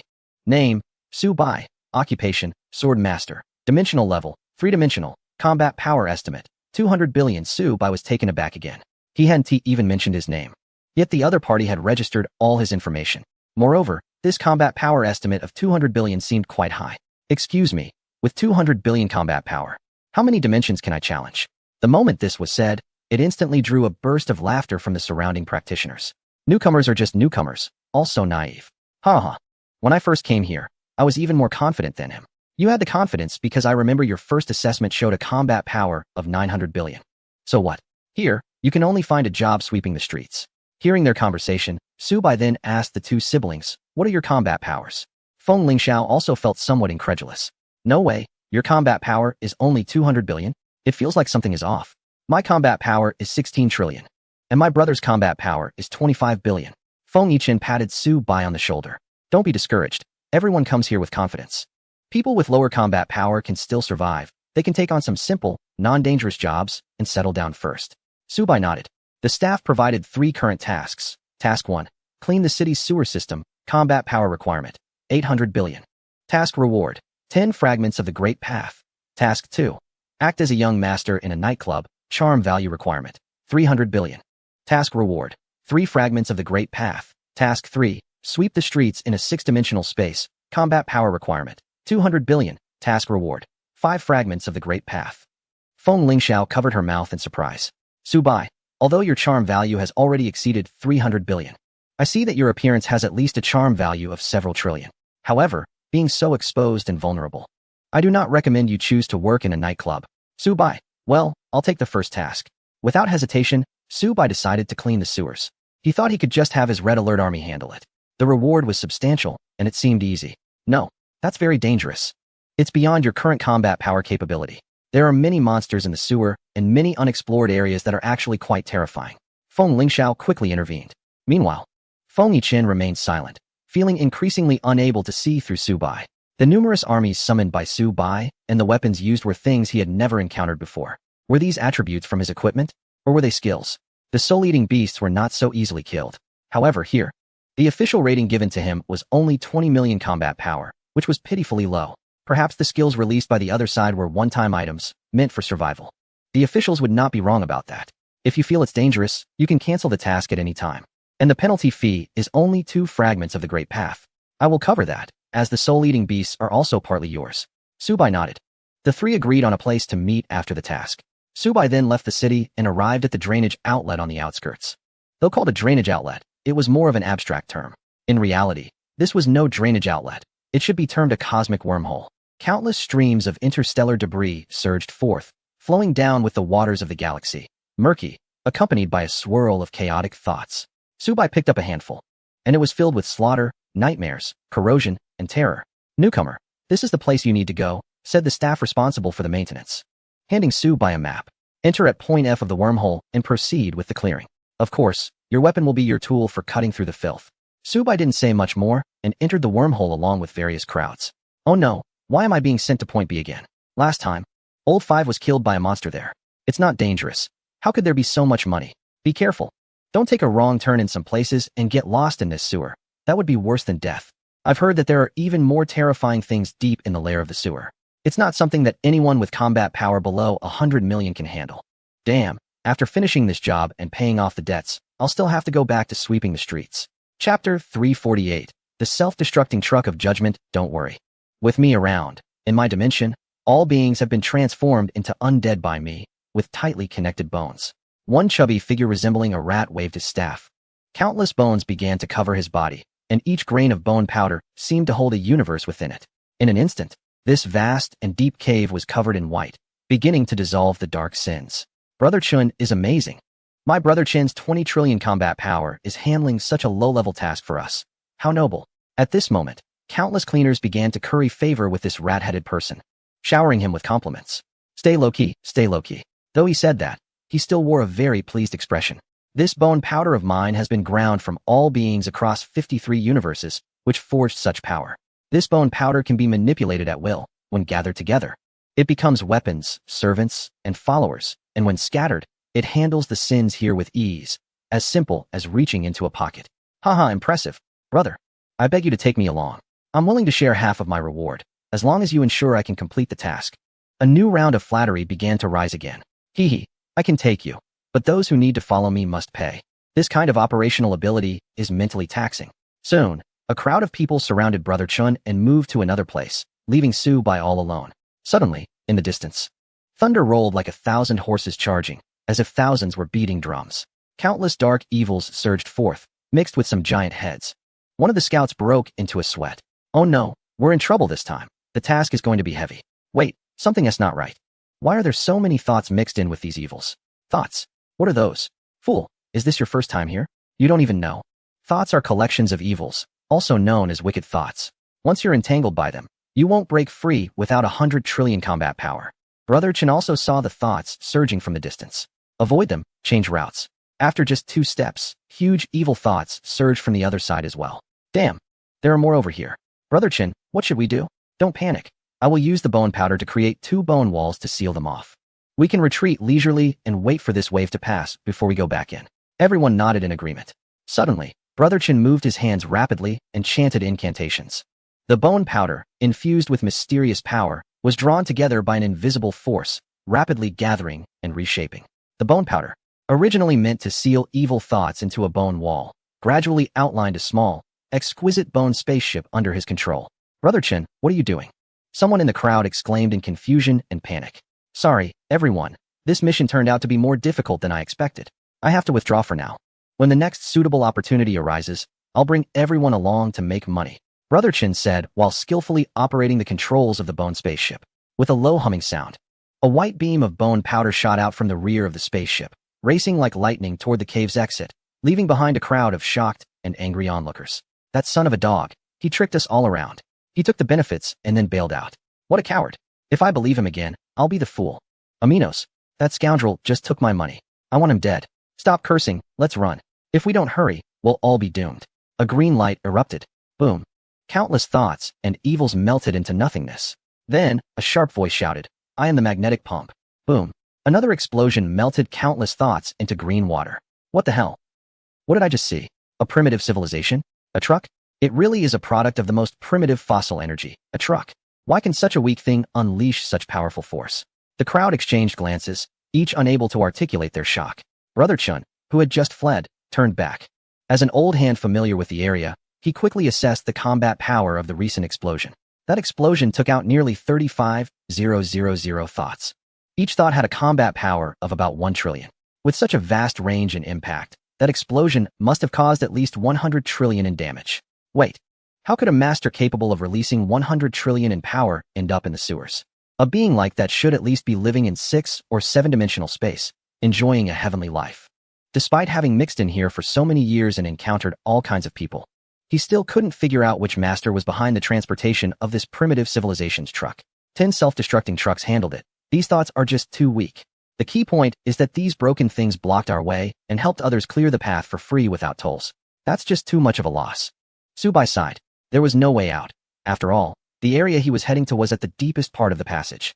Soon, he arrived in a region filled with colossal, broken, malevolent faces in the void of darkness. Each one was as large as a planet, resembling oversized comic-style balloon heads. Malicious head, dimension, 3-dimensional, skills, kidnapping, murder, extortion, combat power rating, 8 trillion, jealous head, dimension, 3-dimensional, skills, hatred, distortion, collapse, combat power rating, 7. 5 billion, mad head, dimension, 3-dimensional, skills, destruction, release, return to the void, combat power rating, 1 billion. There were quite a few of them, each oozing black liquid. These sins should be severed, and then the job would be done. Subai clapped his hands. The Red Alert army was fully deployed, armed and ready. Suddenly, the mad head began to swell rapidly, expanding from the size of the moon to that of Jupiter. Following that, a massive energy burst forth, creating powerful shockwaves that surged toward the Red Alert army, all infused with evil power. They will roam in fear. Boom. Thousands of apocalypse tanks formed a long line. The immense shock was instantly neutralized, and the turrets turned to face the planet-sized thoughts. Chapter 349. It turned out that fragments of the Great Path could be collected. I didn't expect the high-dimensional world mining vehicles to be useful. The Kirov dropped aerial bombs, instantly triggering spatial tremors that caused interstellar ripples, quickly spreading through all the space of the sewer. Boom. The intense high-dimensional vibrations knocked down the fleeing crowd outside to the ground. As the frequency continued to adjust, everyone began to shake uncontrollably, as if they were being electrocuted. What the heck? What's going on? Are we trapped in space? Trapped in space? What a joke. That's a skill of the 3-dimensional world. How could it work on us high-dimensional beings? Everyone on the mission exchanged bewildered glances. Suddenly, Chen Ji's expression changed, and he pointed toward the depths of the passage. What the heck are you all looking at? As everyone followed Chen Ji's finger, they were instantly terrified to the point of losing control. They could barely crawl away. What they saw was a gigantic head, as massive as a mountain, rushing toward them. Its expression was twisted in despair, with its features contorted in pain and hopelessness. What the hell? This is the boss hidden deep in the sewers. With a combat power of 300 trillion, the deep head. Oh my, how did he come out of the sewer? Isn't this guy just the dirtiest thought of all creatures? Hiding in the sewers and devouring garbage? There have been countless highest bounty missions issued, yet no one has succeeded. This is madness. This guy's emergence will definitely cause a disaster. Everyone is in a panic. Chen Gu feels utterly powerless. Not to mention building a bone ship to escape. Being able to crawl up is already impressive.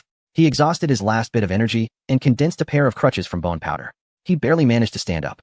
There's no choice. The pressure from the powerful boss is just too overwhelming. It makes the weak struggle to breathe, let alone move. Wait, there's something behind that head. Suddenly, Chingu, still holding on to a bit of calm, noticed the clue. As soon as he spoke, everyone turned to look. Their eyes widened, and their mouths dropped open as if 2 Kirov airships could fit inside. Because behind the head, the massive Kirov airship was lodged into the back of its skull, continuously drifting forward. The deep head is dead. Who killed it? And whose balloon head is that behind? Don't kill me, don't kill me, don't kill me. The pressure from the deep head was already strong enough. Such a person was pressed to the point of gasping for air and could only crawl. The Kirov behind Subai killed the deep head, creating even more pressure. Such a person didn't even have the strength to move. They could only pray that the Kirov wouldn't drop bombs and kill them.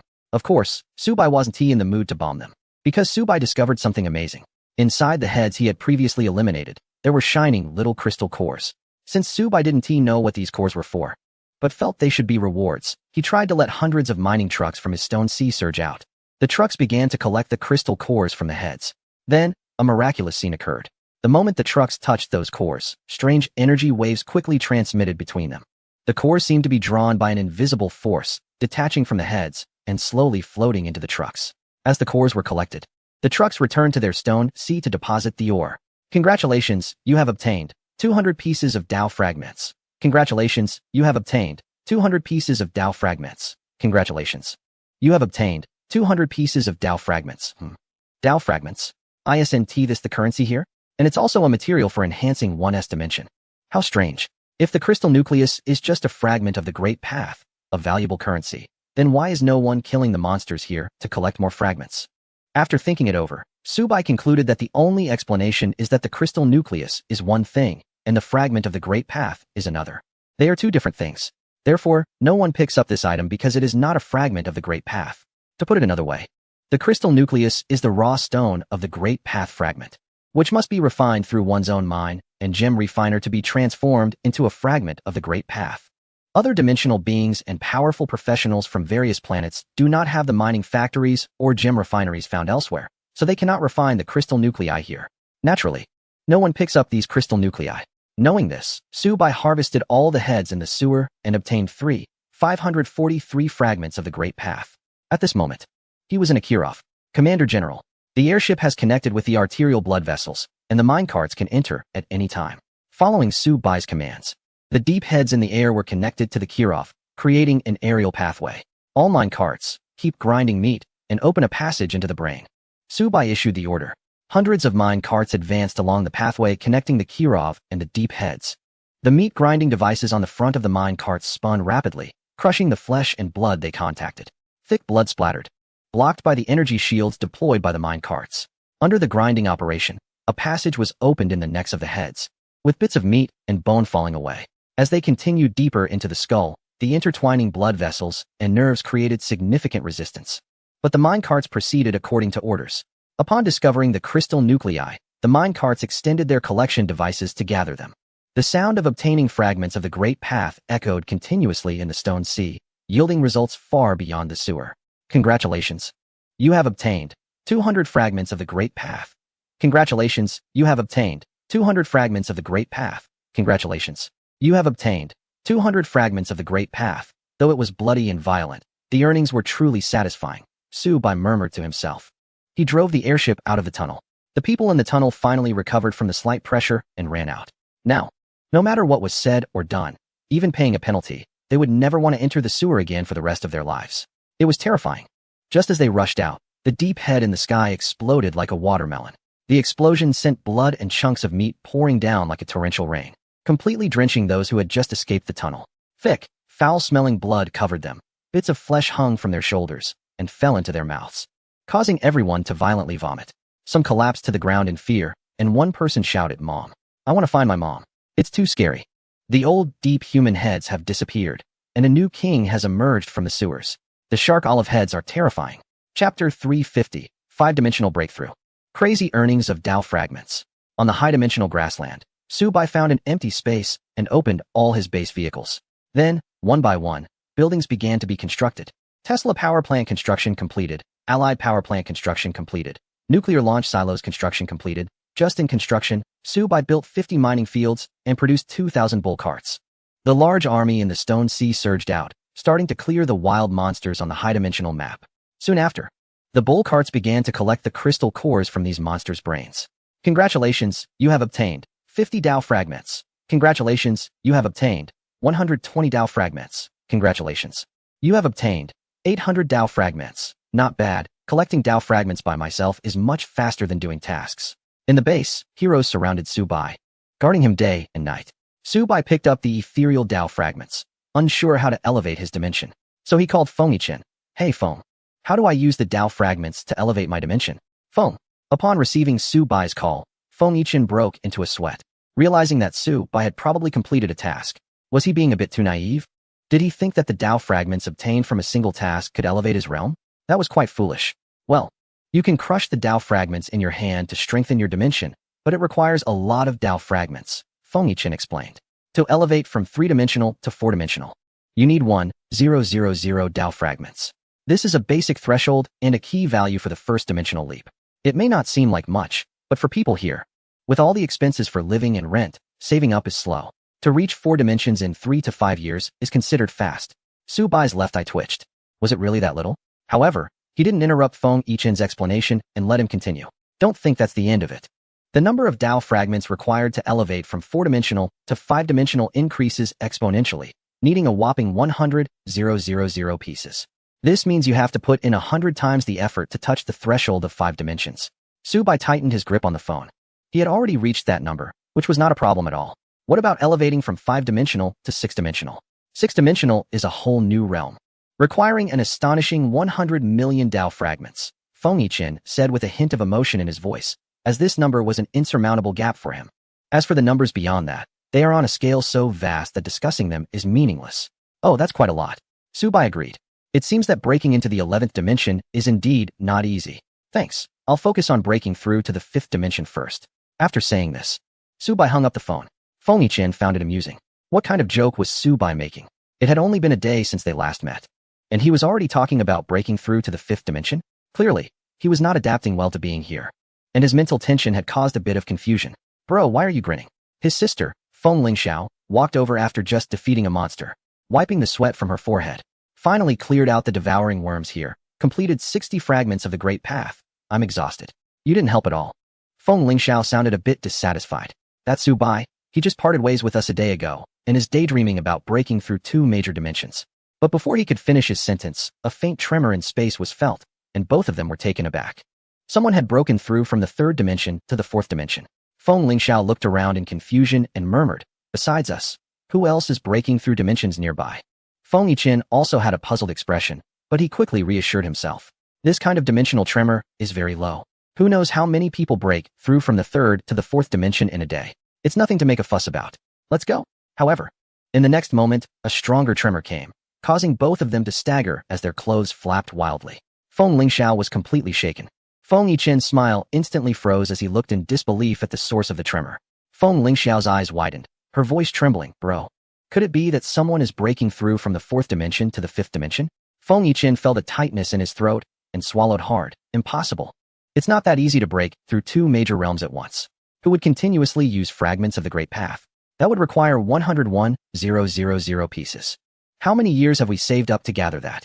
Just as they were filled with doubt, a brilliant light shot up from the distance, illuminating the dim high-dimensional grassland as bright as day. Within the light, an overwhelming power of dimensional force spread wildly, causing cracks to appear in the nearby space, as if it couldn't bear the weight. This is the aura of a 5th-dimensional powerhouse. Who on earth has broken through?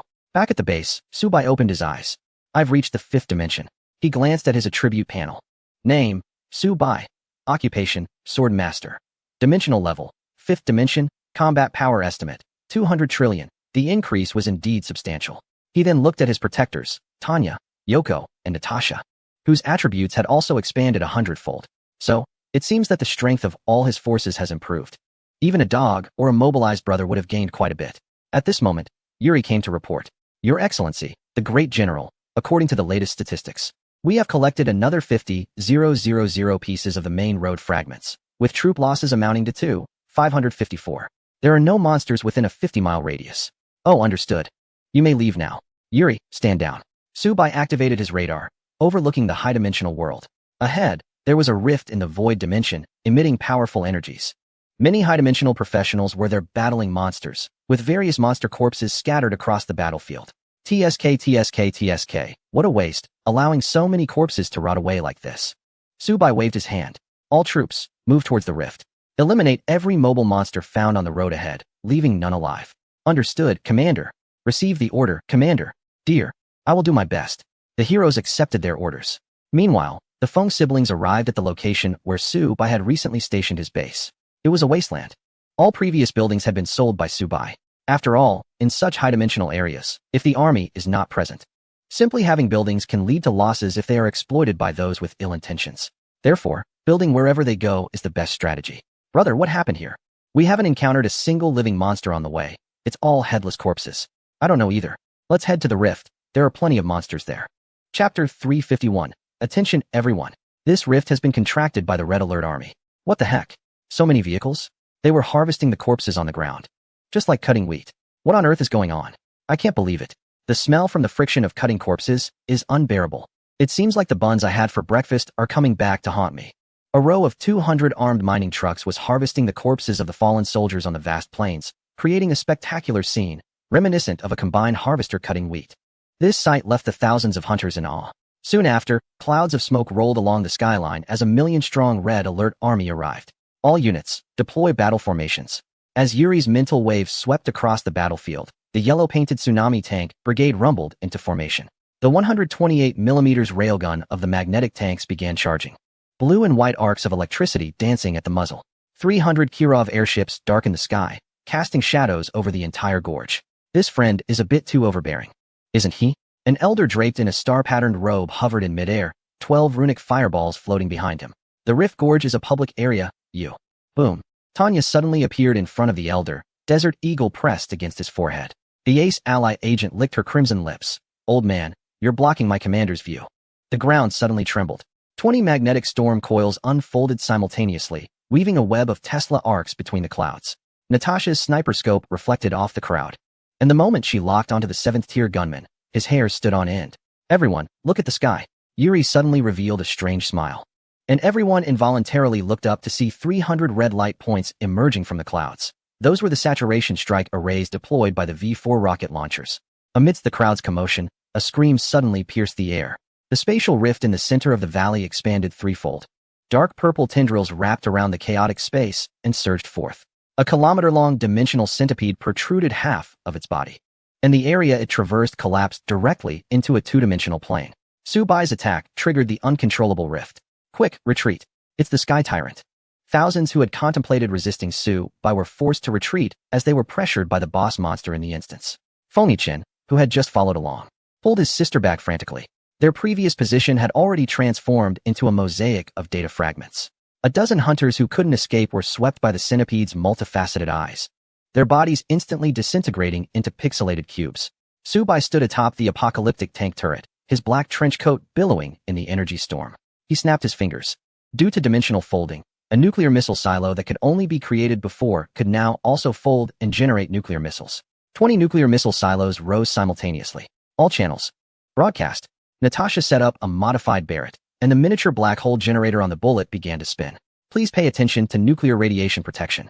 At the moment the countdown reached 0, the entire high-dimensional prairie was engulfed in white light. A strategic nuclear bomb with a million-ton yield detonated within the centipede's mouth, and the shockwave forcibly flattened the spatial folds.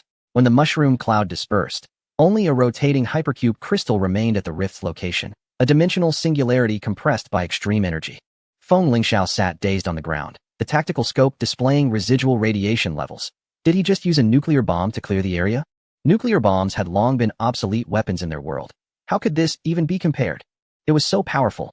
The force unleashed far surpassed that of the Big Bang. Chapter 352. Breaking through 6 dimensions. Data torrents flowed through Yuri's pupils, with 3,000 armed mining vehicles collecting the corpses left by the nuclear radiation. Inside the mining vehicles, fragments of the avenue refined by nuclear fusion surged like a galactic whirlpool. Commander, this battle has yielded, Tanya reports, 7 billion units of standard avenue fragments. Dimensional centipede shell fragments.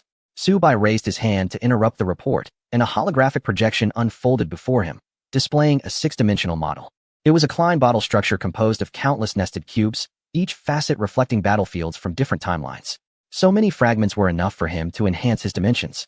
In the current dual vision, different slices can also be seen. This proves that one has reached the standards for enhancement. A crowd of escapees is still running across the grasslands, each filled with lingering fear. At this moment, the detection device of Feng Lingxiao suddenly sparks, and she looks at the readings in terror. The spatial curvature is collapsing. Tens of thousands of refugees turn their heads simultaneously. At the horizon, 12 Mobius light bands rise. As the Red Alert Army is breaking through the physical laws, with soldiers wielding submachine guns that are intertwined with miniature wormholes. Terrifying robots are leaping with the turbulent energy of Dirac C. That's six-dimensional resonance. Suddenly, a five-dimensional being kneels down, exclaiming, "They are rewriting the universal constants." Feng Yichen suddenly covers his right eye, blood seeping through his fingers. The vision he sees through his eagle eye talent exceeds his limits. Su Bai is simultaneously present at 3,000 time nodes, each figure commanding armies from different dimensions. Yoko floats in front of Su Bai, her telekinetic field restraining the impending explosive energy. When the progress bar reaches 100, all Red Alert units suddenly unfold into a planar projection and then fold again into a higher dimension. Warning, abnormal Hume index detected. Natasha's sniper rifle automatically transforms into a space-time calibrator, locking onto the 7-dimensional anchor points. Su Bai reaches out to touch the void, and the entire grassland suddenly transforms into a transparent crystal specimen. He sees the refugees frozen in the amber of time, their terrified expressions visible in every detail. This is the six-dimensional perspective, where everything is as clear as fingerprints. Is this the scene of 6 dimensions after the breakthrough? He sees things he has never seen before. An observation station 12 light-years away suddenly sounds alarms, as 7-dimensional life forms look at the dimensional readings filling the screen. Immediately report to the Elder Council. Another person has broken through to 6 dimensions. There must be a limit on the number of life forms above 6 dimensions. In the primordial land, a man is observing Su Bai's planet. Strange, with the 5-dimensional cutting line and 2-dimensional foil, why hasn't he been destroyed yet? This person is Zhao Haoyan, who escaped earlier. He stumbled into the high-dimensional world and gained certain opportunities, becoming a 9-dimensional powerhouse. He plans to use the blue planet as bait to force Su Bai to appear and kill him, to avenge an unparalleled grudge. However, at that moment, a sudden urgent alarm rings out in the palace. Zhao Haoyan's expression changes drastically, nearly dropping the Chaos Spirit Pearl in his hand. He stands up abruptly, looking at the huge light screen that suddenly appears in the center of the palace. What? Someone has broken through to 6 dimensions? Zhao Haoyan's eyes widen, filled with disbelief. When he sees the information of the breakthrough on the light screen, he freezes. Su Bai? It's actually him. His voice became sharp with anger and shock. Chapter 353. Su Bai and Zhao Haoyan take major action. The highest deity comes out to pick up the scraps. Su Bai? This guy? He actually came here too. And he has broken through to the 6th dimension. Damn it. He can be said to be cheating, always finding a way out of desperate situations. But when it comes to dealing with another cheater, he just can't win. Even if he jumps out of the 3 realms and 5 elements, gaining a series of opportunities to become a high-dimensional being, he still can't escape this guy's relentless pursuit. He looked at his own army of ogres still breaking through to the 10th dimension. There was a 4-dimensional gap between him and Su Bai. It seems it's still unnecessary to disturb the highest deity. He must crush Su Bai in the cradle. 34. Send the order. Release the army of Korgal in the 10th dimensional illusion. Zhao Haoyan's palm revealed a 9-dimensional cube. 34. Coordinate to the 6th dimensional anchor point. High-dimensional city. 34. The ogre priests beat the dimension war drums, and countless transparent bodies penetrated through time and space. These ogre beings, capable of feeding on causality, had just entered the battlefield when they let out piercing wails. Boom. The arrival of the Korgal army made this high-dimensional space ripple like a lake into which a giant stone had been thrown, creating terrifying waves. The wind spirit siblings, who had just escaped back to safety, saw their home being flattened in an instant. The two-headed, one-eyed giant swung its club down. The lines of latitude shifted. Boom. The entire city shattered like glass, billions perishing on the spot. Brother, what is going on? Wind spirit, you asked, her voice trembling with tears. Wind spirit Shao gritted his teeth. They could only run back. There was still a glimmer of hope in running back. Compared to the colossal beast of the massive crack, this suddenly appearing 10th-dimensional being was something they mere mortals could not deal with. Su Bai's apocalypse tanks were actually vibrating along the timeline, with 300 magnetic energy tanks forming a Penrose triangle. The jumping arcs turned into chains, stabilizing the vibration. If they hadn't entered the 6th dimension, they wouldn't have felt this vibration at all. High-dimensional perception is truly marvelous. Although Subai didn't know what was happening, they could clearly feel that something was wrong. Moreover, it was in the direction he had come from. 34 report to the commander, detecting 9-dimensional interference. 34 Yuri's pupils reflected scenes from a higher dimension. Do we need to activate the 39 nuclear weapons? Or use mine detection? Subai lightly tapped on the spy satellite. 12 nuclear missile silos suddenly readied themselves, and millions of warheads wrapped in dimensional descent formulas were unleashed. This guy looks really familiar. It wasn't that Subai was recklessly launching nuclear bombs. It was mainly because the monster he saw through the spy satellite was just too familiar. Portal. The two-headed, one-eyed figure was something Subai would never forget in his lifetime. It seems that Zhao Haoyan has already discovered me, and I can't indulge him. The nuclear bomb fell. The city, which had already been shattered into waves of energy, turned to dust. The entire wilderness trembled. The high-dimensional warriors watching the battle witnessed an unforgettable sight. The power unleashed was truly astonishing. However, Kobold did not die. A divine halo emerged, resisting this wave of damage. Moreover, a shockwave that shattered the timeline surged towards Subai. The Red Alert Army activated their Iron Curtain and also avoided this wave of damage. But those who escaped from the city were not so fortunate. Approximately 70 billion people perished in this shockwave, leaving dust scattered everywhere. In the universe's 11 dimensions, the Supreme Deity opened its eyes. Who is causing trouble in my territory, waking me from my seclusion? The Supreme Deity's gaze was piercing, looking down upon these two reckless ants. With a gentle wave of its hand, time and space began to distort within this 11-dimensional prison. Zhao Haoyan sensed the intervention of the Supreme Deity, and panic surged within him. He had encountered the Supreme Deity before. A mere touch on the dimensional lines could lead to erasure. Various cheats could also be created, such as those who possessed the ability to traverse dimensions, practice while sleeping, or had a system for divine wealth, with incredible comprehension and a 100-fold return. These miraculous abilities were trivial in his eyes. Oh no, Zhao Haoyan was greatly alarmed. Without thinking, he activated all the dimensional energy within him, attempting to tear open a rift in time and space to escape. The energy around him surged wildly. The already chaotic space became even more tumultuous due to his disturbance, just as he was about to tear open the rift.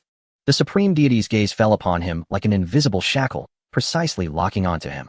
In an instant, Zhao Haoyan felt as if he had fallen into a thick mire, every movement becoming slow and laborious. He stared wide-eyed in horror as the surrounding space twisted and folded in a bizarre manner, completely blocking his escape route. Similarly, Subai was also controlled by this force. The entire person, along with his army, was trapped in the 11-dimensional cage. The Supreme Deity coldly observed their struggles, a mocking smile curling at the corners of its mouth. The Supreme Deity scoffed, saying, "With just the two of you, you dare to be so brazen in my domain, causing such a commotion? It's simply laughable."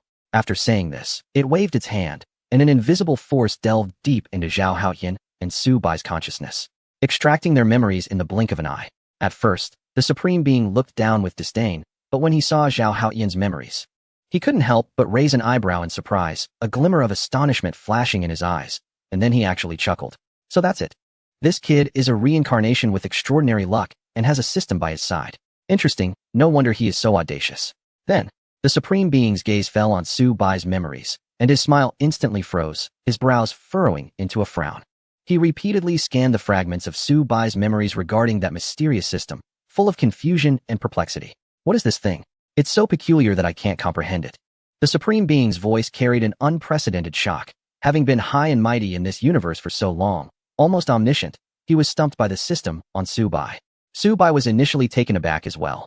This Supreme Being seemed omniscient and omnipotent. However, the fact that he couldn't see through his system indicated that it did not originate from this universe or its dimensions. It wasn't he part of any parallel universe. So, all phenomena, excluding certain elements, perhaps closely tied to this system, were beyond the Supreme Being's understanding, which might turn out to be advantageous. However, there was currently no opportunity. He must wait for the right moment.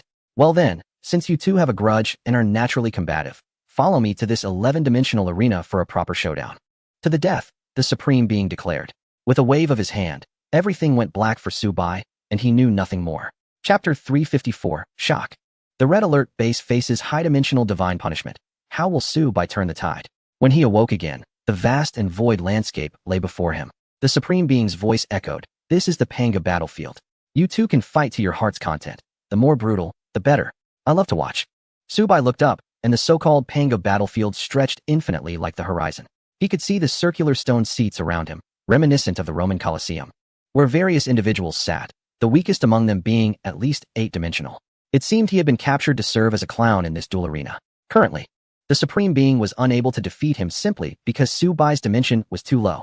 If he could increase his dimensions, he would be able to slap the Supreme Being as well. However, these high-dimensional beings, at 8 or 9 dimensions, were merely spectators here to witness this cyber battle. According to reason, everything comes at a cost. Perhaps for them, it was just a matter of paying for a ticket. However, this venue can accommodate countless people. Will all this money, funding, or these resources be particularly abundant? If I could monopolize these resources, breaking through to the 11th dimension wouldn't be impossible. By then, those who are merely spectators will become the next participants in the battle, while I would be the true Supreme Being. Trying to escape this battlefield would surely attract the attention of the Supreme Being and the many eyes watching from above. However, Subai still has a chance. The Time-Space Teleportation Legion and the technology for time-space transport are things that even the Supreme Being has not fully detected. As long as I can find and utilize the resources hidden by those individuals, there is still a chance for a comeback. Great Supreme Being, I am innocent. Please let me go. Execute Subai alone. I am more than willing to be the executioner for Subai. On the other side, Zhao Haoyin shouted hoarsely. Based on our data, you are weaker. Following this, the battle power of the two of you will be balanced. Suddenly, a fateful cross descended from the sky, emanating a mournful sadness. Zhao Haoyin was taken aback. What? How is this possible? The Supreme Being's calculation? I have the strength of the 9th dimension. How could he calculate that I am weaker than the 6th-dimensional Subai? This is truly a heart-wrenching deception. There is clearly a difference of 3 dimensions. Fortunately, the Supreme Being granted a sacred artifact, the legendary Oath of Judas. It can invoke high-dimensional divine punishment. Never mind, first deal with Subai in front of me. Meanwhile, Subai remained calm and began to deploy the Red Alert base. Currently, he was producing 5 million troops, with territory spanning nearly 30 million square kilometers. Various spies began collecting intelligence. Success. Within the Red Alert base, over 50 spies had already changed their appearances, all resembling the Supreme Being. Moreover, these spies were hiding in Subai's Stone Sea, waiting for the right moment to be unleashed amid the chaos. At that time, commands could be issued, relying on the spies' abilities, and perhaps quickly uncover the location of the Supreme Being's hidden wealth. Those fragments of the Great Path were ready, with 20,000 self-destructing trucks prepared, divided among the 4 directions. Time-space teleportation was set up. A big move could be played. However, at that moment, Zhao Haoyin led his troops charging over. Subai frowned. So noisy. With a wave of his hand, 10,000 Century bombers, closely accompanied by Black Hawk fighters, swiftly entered the airspace occupied by Zhao Haoyin's ogre troops. In an instant, a deafening roar erupted in the space, and the energy ripple generated by the explosion rapidly expanded outward from the epicenter. Zhao Haoyin stood at the back of the ranks, witnessing his 2 million troops crumble instantly under the bombardment. This completely shocked him. Previously, when he had fought against Subai, the missile tanks had not been this fierce. Zhao Haoyin suddenly realized, damn it, he had fallen for Subai's trick. The guy had been holding back, not showing his full strength, with the intention of luring him out. Now he saw Subai's true power. Retreat the troops. Subai recalled his forces, preparing to continue the assault.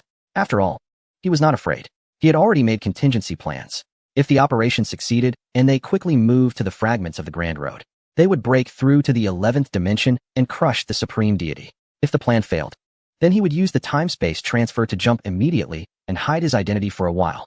Just as Subai was about to give the final combat order, Zhao Haoyin withdrew his remaining troops, raised his hands high with the Covenant of Judah, and shouted hoarsely, Subai, don't get too smug. Today is your day to die?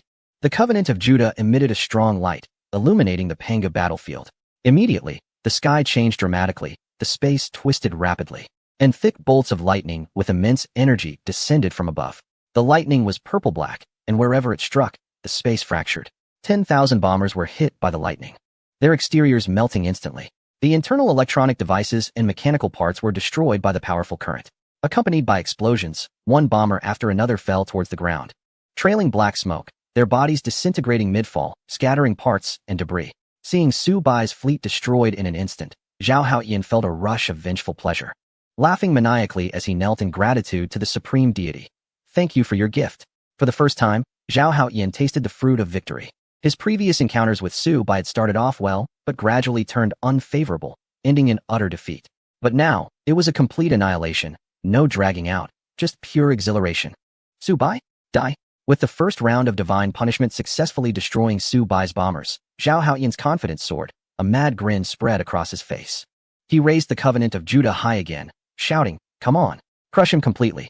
Zhao Haoyan roared, the light of the Covenant of Judah shining even brighter than before, so dazzling that the high-dimensional spectators had to squint. The second round of purple-black lightning was even denser and thicker than the first, wielding the power to obliterate as it struck Su Bai's base. The lightning tore through the sky, leaving a trail of shattered space in its wake. Boom, boom, boom.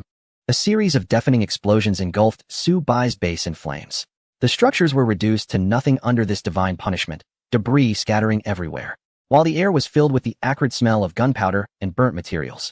Before the giant cannon could fire a shot, its barrel was struck by lightning, twisting and distorting it beyond repair. The light beam tower also suffered under the immense electric shock, its core mechanisms destroyed, leaving behind only a pile of smoldering wreckage that once had the power to emit lethal rays.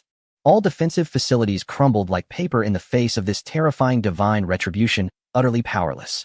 Zhao Haotian slapped himself in the face, finally believing that this was not a dream. This time, had he really won? Chapter 355. Your reward is being blown up by a self-destructing truck. The battle was surprisingly one-sided. Had the old man underestimated it? The supreme deity wore a look of astonishment. He had seen Su Bai before, penetrating every atomic nucleus and quark within, yet he still couldn't comprehend it. He thought Zhao Haoyan would at most have a 50-50 chance against Su Bai, but to his surprise, Su Bai was utterly defeated. Who else? Who else? Zhao Haoyan roared wildly on the battlefield. Ding!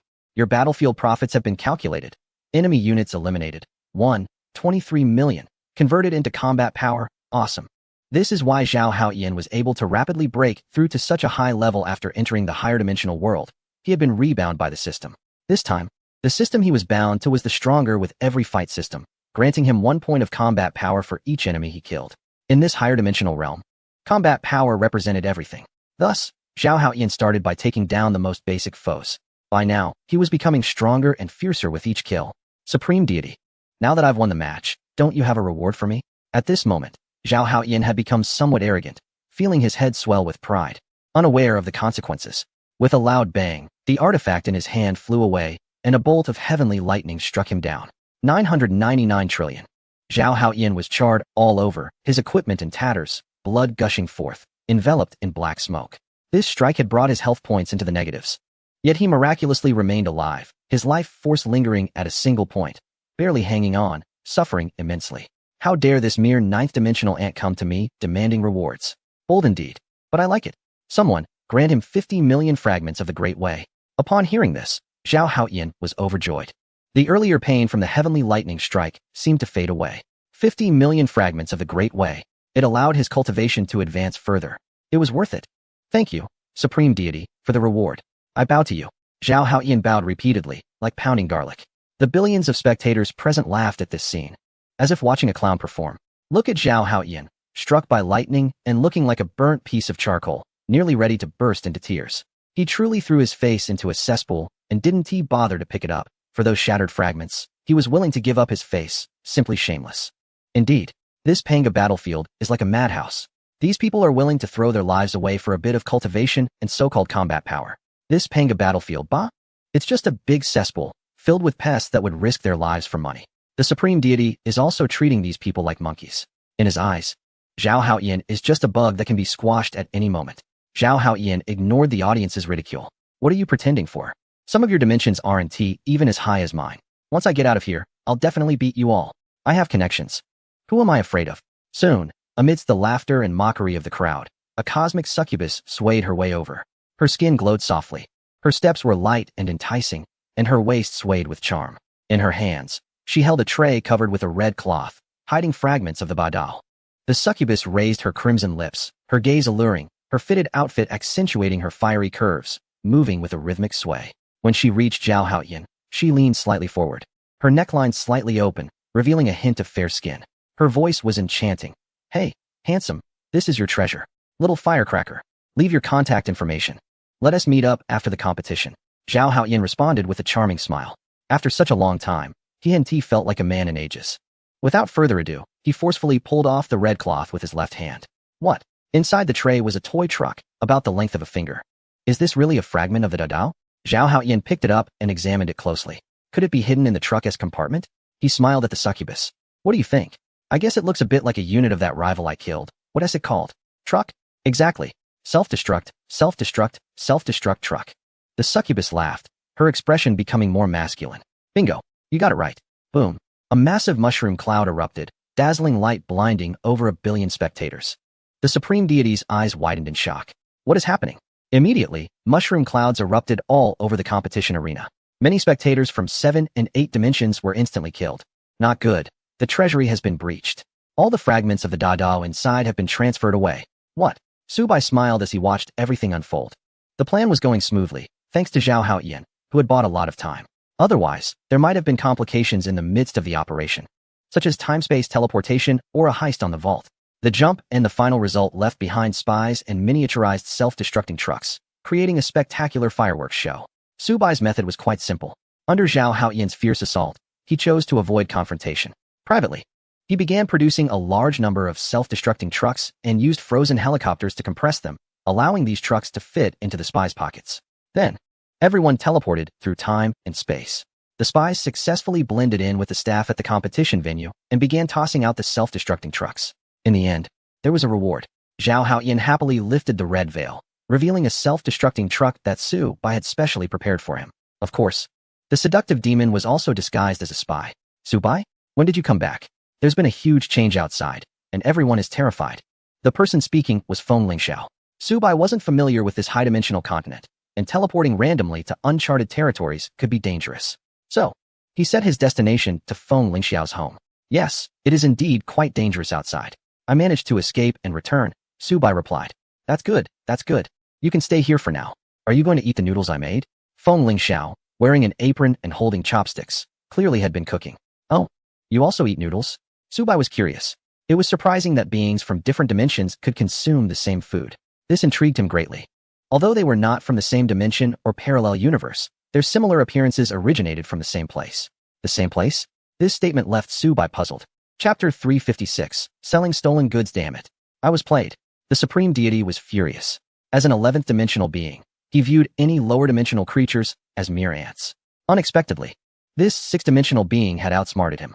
He had initially thought Su Bai was the clown on stage, only to realize at the end of this sales performance that he was the real fool.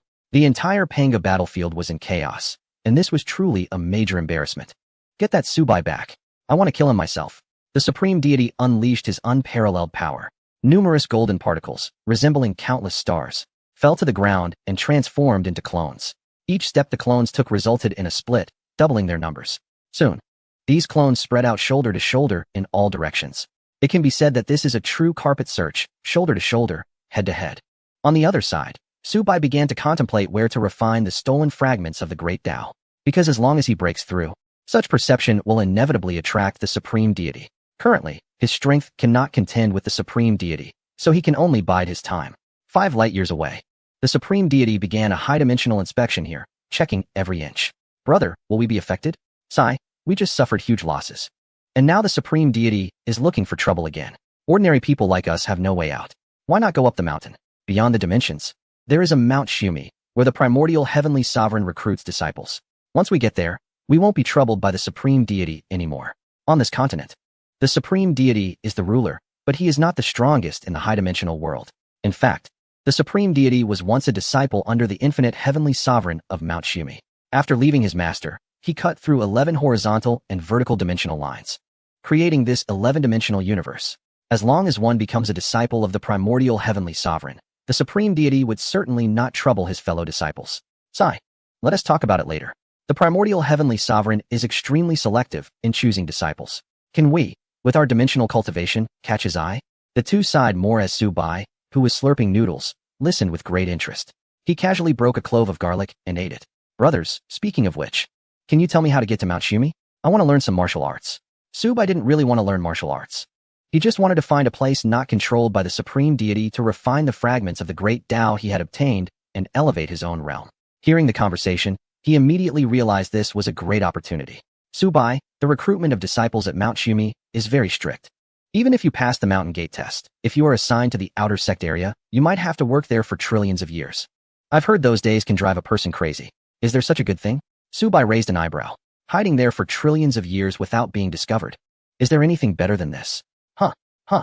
The siblings were bewildered. No, I misspoke. I meant, is there really such a thing? So, this matter requires careful consideration. Subai stood up from the stool and patted his chest. A true man should experience the world, even if imprisoned for trillions of years. As long as it enhances oneself, it is a good thing. Please tell me how to get to Mount Shumi. All right. The siblings pointed out how Subai could get to Mount Shumi. Without hesitation, Subai left a bag behind and departed from their residence. Feng Lingxiao, Subai? You left your things here.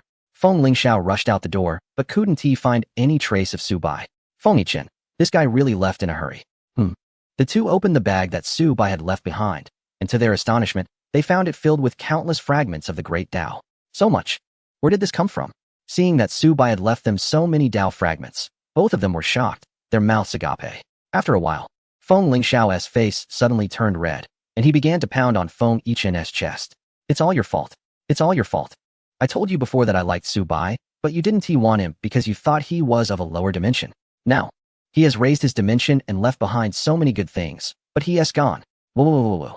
To reach Shumi Mountain, one must use the slingshot effect, which involves distorting and folding the dimensional lines. Continuously compressing the lines, one can suddenly launch into a 10-dimensional space. Only then can one break free from the 3 realms and 5 elements, arriving at Shumi Mountain. Of course, this requires immense power. Only the borders of the high-dimensional continent S ferry can accomplish such feats. When Subai arrived at the ferry, it was already around noon. At this time, there were many people gathered at the ferry, of various races, including both men and women. Nearby, many were setting up stalls to do business. Subai approached a tea stall, and the server served him a cup of Tears of the Stars. Are these people all going to Shumi Mountain? The server replied, naturally. You've come at a perfect time. This is the opening for Shumi Mountain, recruiting a new batch of students. Today happens to be the 3rd day of the opening. If you had come a few days later, this opening would have ended, and you would have to wait several eras to enter Shumi Mountain again. By the way, are you planning to do business at the foot of Shumi Mountain? No, I plan to go up to Shumi Mountain to study. The server was stunned by Subai's response. With such a vast world, there are all kinds of people, a 6-dimensional level, yet still wanting to go up the mountain to learn from a master? If I had half of your confidence, I wouldn't be here as a server. What? Even those at the 6-dimensional level want to seek a master? Behind him, a young student with a round belly laughed heartily. At the same time, others turned to look at Subai, chattering amongst themselves. Those at the 6-dimensional level aren't even qualified to change diapers for outer disciples. Yet he wants to enter Shumi Mountain and become a disciple of the infinite celestial venerable? Ridiculous. The selection for Shumi Mountain isn't like a talent show on television. Even in a talent show, if the judges see someone so oblivious, they would give a failing score. What is so strange? Every time there are a few oddballs wanting to seek a master, there are many peculiar ones.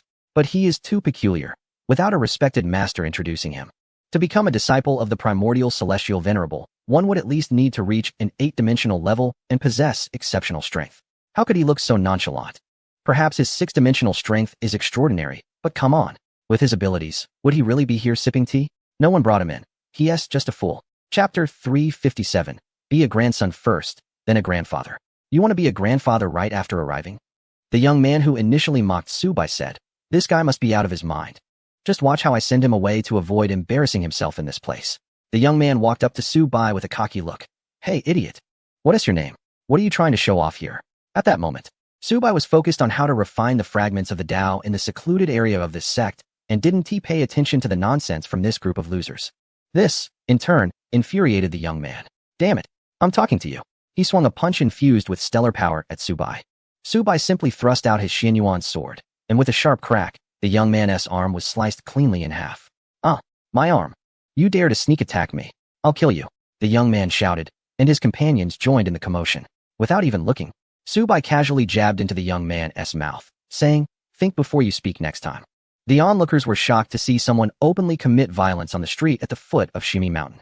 Instantly, everyone was in an uproar. Let us go. Hurry and find the mountain guardians, tie him up and question him. After a while, the guardians of Shumi Mountain arrived and shouted, who is committing murder on the street? It's him. That 6-dimensional waste. Subai smiled. You just called me a 6-dimensional waste, but if I'm such a waste, how could I kill someone of a higher dimension than me? Don't quibble. There's a pool of blood on the ground. The mountain guardian said in a low voice, since you've killed someone, Shumi Mountain will not accept you, and you will be locked in the Shumi cave for eternity. At this moment, the young man who had just been on the tea stall stood up. Everyone, there was a misunderstanding. I offended him. And this gentleman has already forgiven me. Everyone was confused. What is going on? We just saw him kill this guy. Moreover, he had even robbed him afterward. Yet now he was standing there perfectly fine. The mountain guardian slapped each of the youths who falsely reported the situation. With your kind of attitude, you think you can join Shumi Mountain? Get lost. The slap sent them doubling over, immediately turning them into a bloody mess. Subai was also taken aback.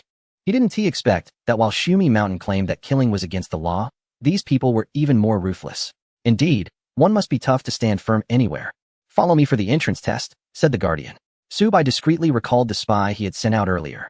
Following along, they ascended the mountain. At the mountain gate, a transcendent portal symbolized the beginning of all origins from nothingness. Let's test your strengths, said the guardian. Those with higher dimensions and stronger combat abilities could enter the inner gate first, while those with poorer qualifications would enter the outer gate to train gradually. After saying this, the group began to enter one after another to assess their attributes.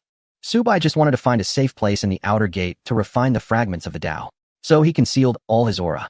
Believing that as long as he didn't reveal the army he commanded, the guardian wouldn't be able to discern his true strength. After all, he knew that even the highest deities couldn't see through him, and this guardian was certainly not on their level. Achieve 10 dimensions. You may enter the inner gate for cultivation.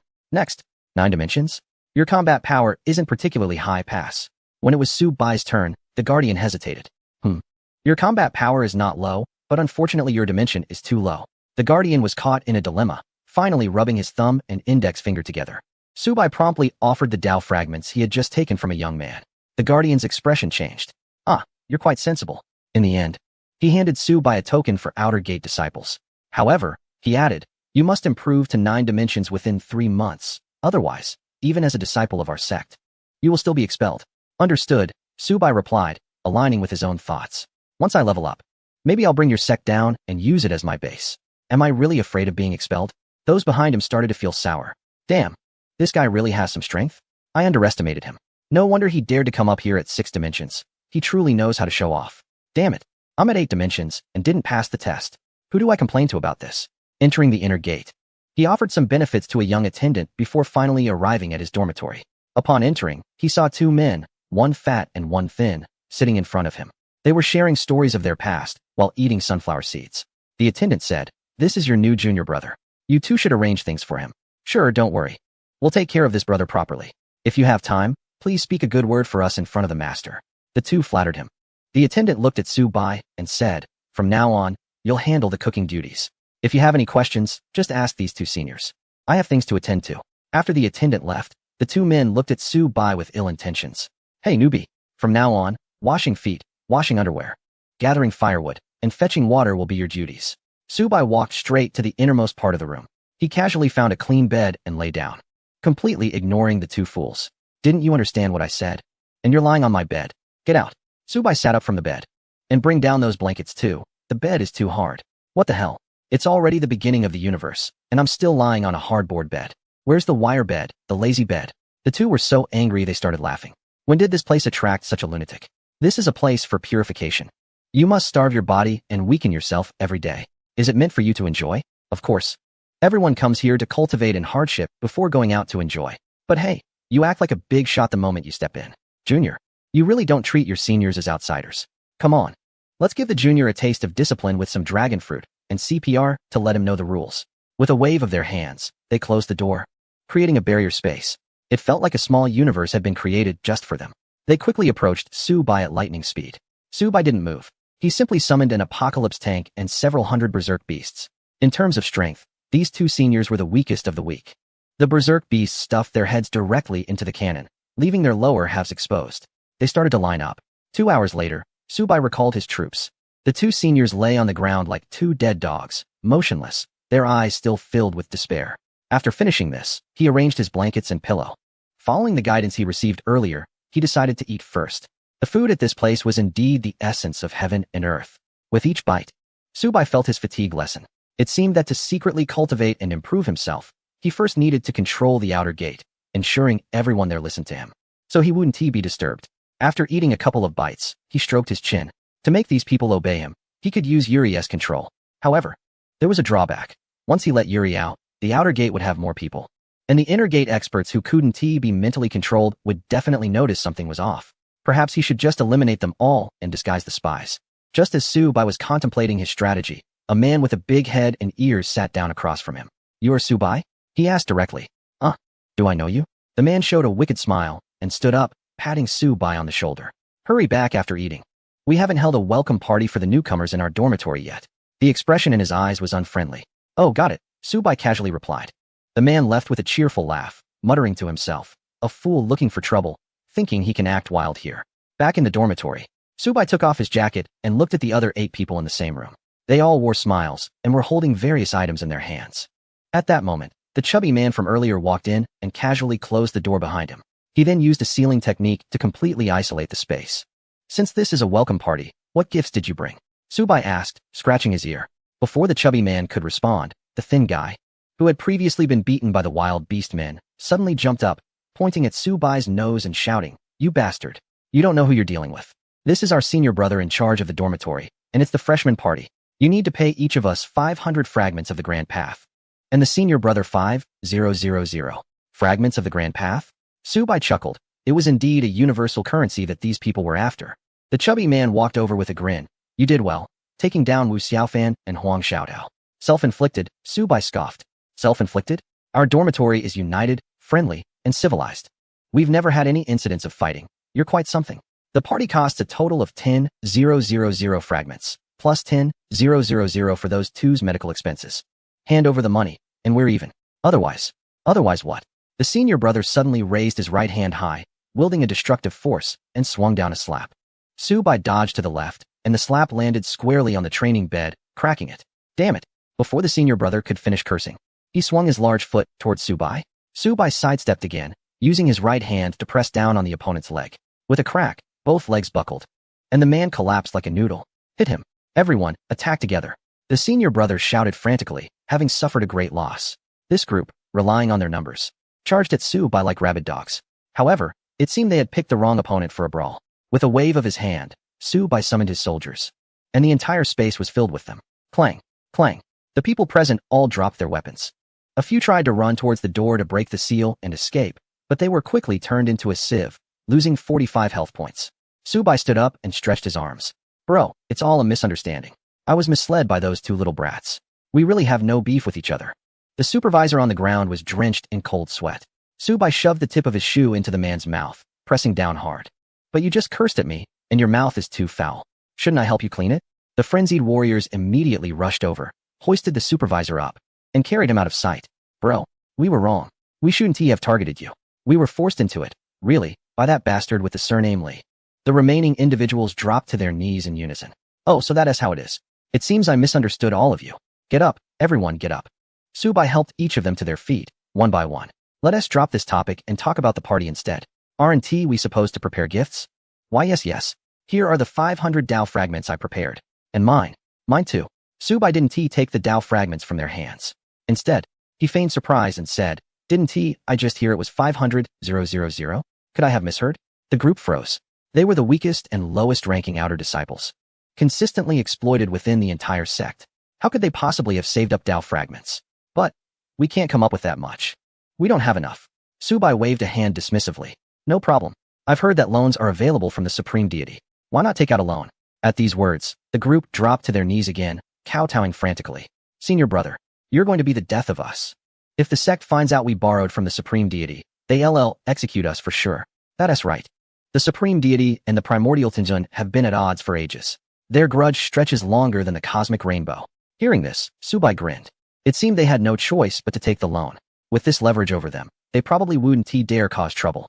He narrowed his eyes and immediately ordered his troops to drag the 2 junior disciples he had beaten up earlier and hang them from the barrels of his apocalypse tanks.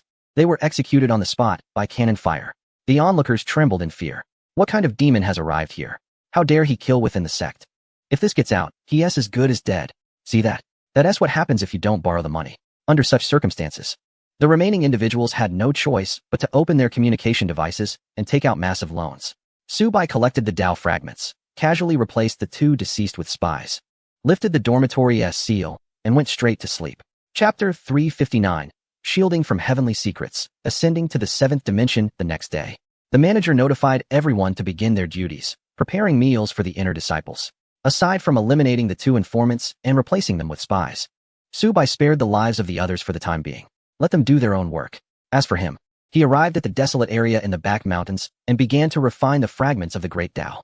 According to the description of the dormitory supervisor, The back mountains stretched for 800 miles, and it was a wasteland with nothing, colorless, shapeless, and tasteless, so no one ever went there. Thus, conducting breakthroughs with the fragments of the Great Tao, there was even more secretive. However, Subai was also more cautious. After arriving here, he set up a base vehicle in the void, sequentially establishing power plants, barracks, and heavy industries, finally producing high-tech devices, unlocking the equipment he needed the most, the rift generator. With it, Subai felt confident that this breakthrough could definitely conceal the heavenly secrets. As fragments of the Great Tao exploded at his fingertips, countless prism-like fragments suspended into a Klein bottle structure. Suddenly, the Allied base he was in mechanically disintegrated, and all the buildings became transparent and quantumized. The wasteland abruptly collapsed, and nanoclouds consumed matter in a fractal geometric manner. No, the rift generators were too few. Seizing the opportunity during the breakthrough, Subai quickly produced over 100 more rift generators, which finally concealed the heavenly secrets. Even so, on the 800-mile high Shumi Mountain, the primordial celestial of the Infinite Palace was lecturing with the elders. A faint ripple of breakthrough energy slightly trembled on his causal line. Did a disciple of the sect break through to the seventh dimension again? The elders exchanged glances, clearly unaware of what was happening. The primordial celestial was about to send someone to find out who was breaking through alone at the corner of Shumi Mountain when suddenly, this tremor vanished without a trace. He muttered to himself, could it be an illusion?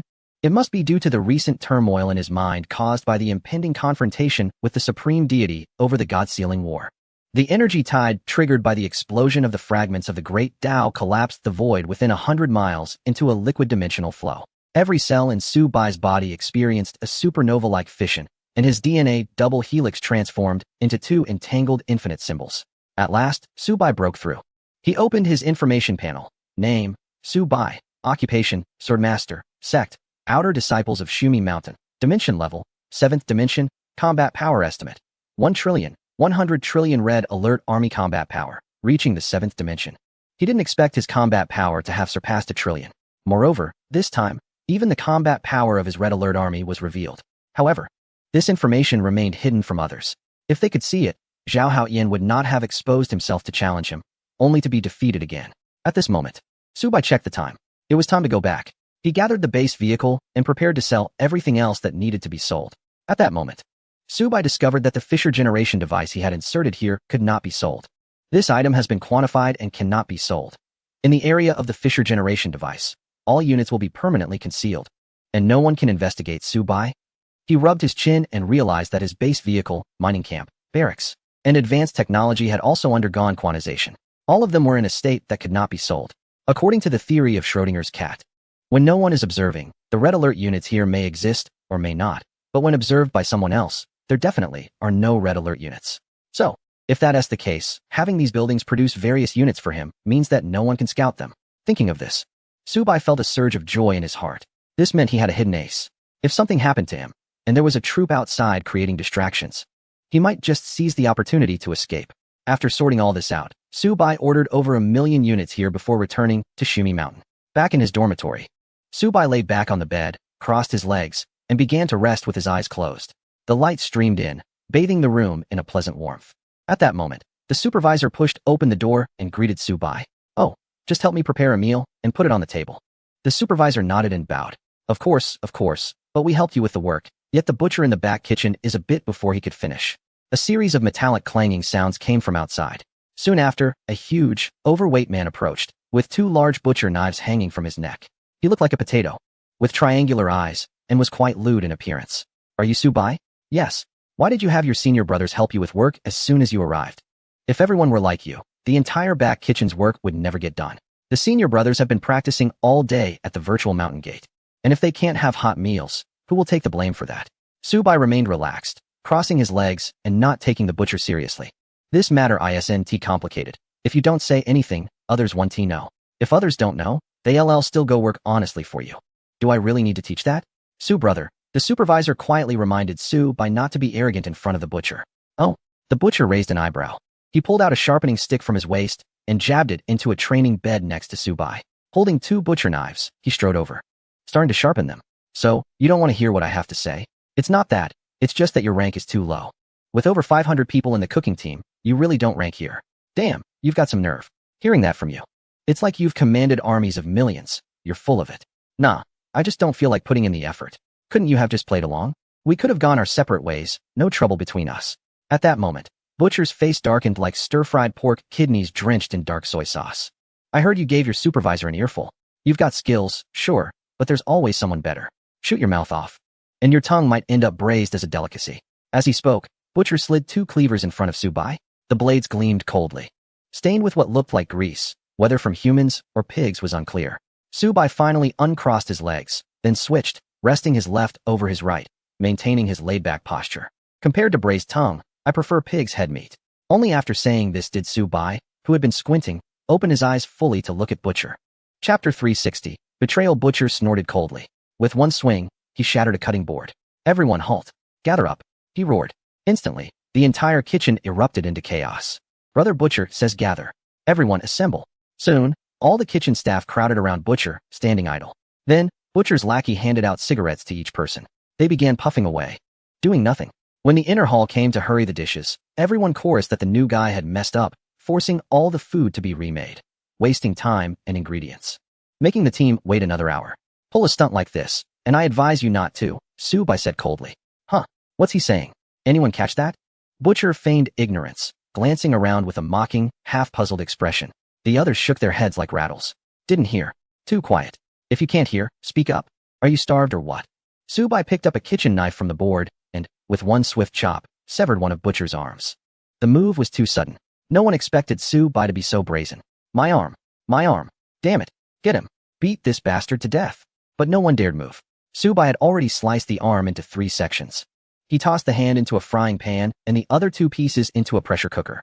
It was like witnessing a real-life Hannibal, brutal as hell. After finishing, Subai found a clean cloth and wiped the blood off himself. Continuing, he said, I just told you not to do that. Now go back and continue cooking. Don't listen to him. In a while, the people from the inner door will come over. Let us see how this guy ends up. You've got guts. Subai stepped forward and struck again, severing the other arm. It was the same routine, frying the claws, making a spicy chicken foot dish, and pressure cooking the arm for a stew.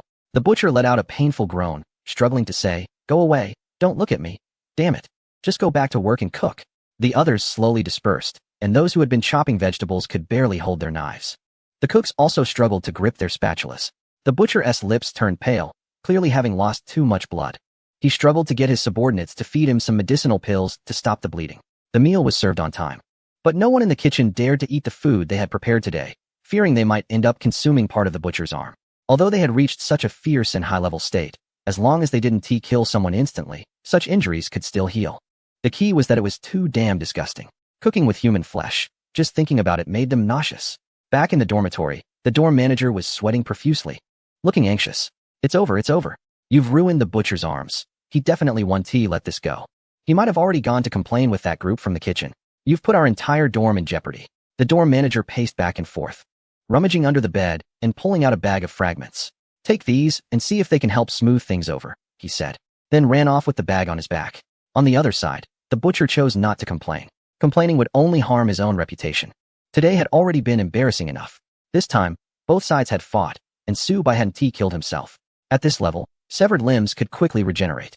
In the end, he would only face a minor punishment, which wouldn't displease the butcher.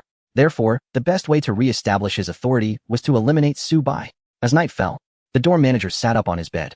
Subai, although you do have strength and have made a name for yourself in our dorm, holding some leverage over the guys, the butcher is different. He has backing and knows people from the inner door. Even if you kill him and find someone to replace him, the people from the inner door will discover it quickly. After thinking for a moment, he continued. You should escape at night, leave this place and return to the higher dimensional continent. There, the sky is high and the fish leap. You can showcase your talents. Subai, unfazed, replied, sleep easy. If anything happens, I'll take care of it. The dorm manager hesitated for a moment, but ultimately said nothing more and lay back down. Later in the night, he glanced at the sleeping Subai and activated his invisibility technique. Silently walking along the forest path, he arrived at the butcher's residence. At this moment, the butcher's arms had already grown back.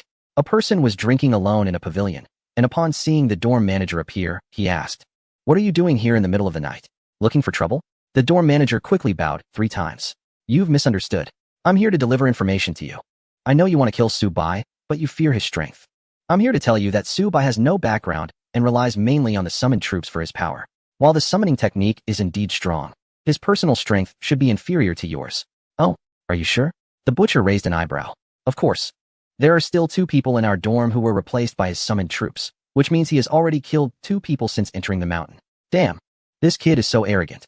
Hearing this, the butcher's expression slowly shifted to joy. With this leverage, if I report to the inner circle, Subai is as good as dead. The dorm manager showed a pleased expression. So, can my job of washing vegetables be upgraded to chopping? Don't worry. Telling me such an important matter, you won't be at a loss. This so-called chopping actually involved striking Kunlun wood with a 10,000-pound iron knife. With each swing, one's strength would increase a bit. Therefore, while it seemed like cooking, it was actually a quick way to train and break through. The dorm manager returned to the dormitory and quietly laid down on his bed, pretending to sleep. Subai sat up. With such a commotion, are you having trouble sleeping? The dorm manager was startled by Subai's sudden remark. I'm a light sleeper. I wake up at the slightest noise. As he spoke, Subai jumped down from the bed and began closing the windows. Why are you closing the windows while sleeping? It's not ventilated. I told you. I'm a light sleeper. It might not be you waking me up. It could be the rustling of the leaves outside. After all, I'm timid. I've heard stories about mountain ghosts since I was young, and I'm still scared. The dorm manager thought, damn it, we've reached a higher dimensional world. And you're still afraid of ghosts? Are you kidding me? You, deep down, are not a bad person, but you have one flaw. Flaw. Chapter 361. I am arrogant. I admit I kill. What can you do? Suddenly, Subai's fingertip tapped on the iron bed frame, causing the dorm manager's throat to tighten. The moonlight seeped through the drafty window, cutting into the cold sweat on the back of his neck. What do you think is my biggest flaw? Subai was wide awake, leisurely flipping through the 10 commandments of imperial cuisine, the sound of the pages turning resembling a knife scraping bone. Could he have secretly snuck out and been found out? Subai continued. That's right. It's emphasizing the big picture, advocating unity, hoping everything can be under one's control. Huh, that's a flaw too? Who doesn't want everything to go smoothly and peacefully, with everything according to their arrangement? Subai smiled. Forget it, stop thinking about it. Just go to sleep. I was just saying that. Oh, the steward lay down on the bed, closed his eyes, and even if he wasn't sleepy, he pretended to be asleep. Just like that. He really fell asleep. The next day, everyone went to work as usual. When they arrived at the kitchen, they started cooking according to the rules. Everything seemed normal. However, the person in charge, the butcher, was missing. They searched around, but couldn't find him. Anyway, they proceeded to cook according to the original plan. It was the same whether he was there or not. In fact, it might be easier without him. They could even take the opportunity to slack off a bit. Hey, whose pot of braised pork is this that was prepared in advance? One of the disciples responsible for the marinated meat was surprised to find a full pot of braised pork cooking in his pot. The meat was tender and well seasoned. Some chefs opened the ice cellar with oil lamps, and to their astonishment, the third layer of the freezer, which had been empty yesterday, was now neatly stacked with 20 pieces of boneless meat. New ingredients ordered by the butcher? Why is there so much ground meat in the ice cellar? Weren't there no new ingredients delivered recently? Yes, even the thinly sliced meat that the elder loved was neatly tied up. It was so strange. Today, everyone noticed that there were a lot more ingredients in the warehouse, and they all felt puzzled. One person couldn't help but say, could this be the butcher's meat? Because yesterday, they had seen Subai chop off both of the butcher's arms and stew them into pork knuckles, delivering them up. If it weren't for the butcher being wary of whether Subai had someone backing him, he would have killed him long ago. Now that they thought about it, maybe Subai really did have someone behind him, and the butcher had become a meal. Oh my, thinking about this was just too terrifying. No way. I need to find the butcher and report this. One of the butcher's confidants shouted. As soon as he reached the door, he was blocked by Subai holding a kitchen knife. This is work time. Who told you to run around? If the dishes aren't ready and the blame comes down, can you handle it? The cold words made this person shiver, and he returned to his place. Everyone present felt a chill run down their spine. They could clearly imagine the butcher being minced into meat filling, made into braised lion's head, or formed into meatballs. The meat they were cooking was the butcher's flesh. Otherwise, Subai wouldn't have stopped them, nor would he have dared to, especially the steward, who could no longer grip the kitchen knife tightly. He had just shared news with the butcher last night, and today he was chopped up by Subai? What the heck? What kind of power does Subai have?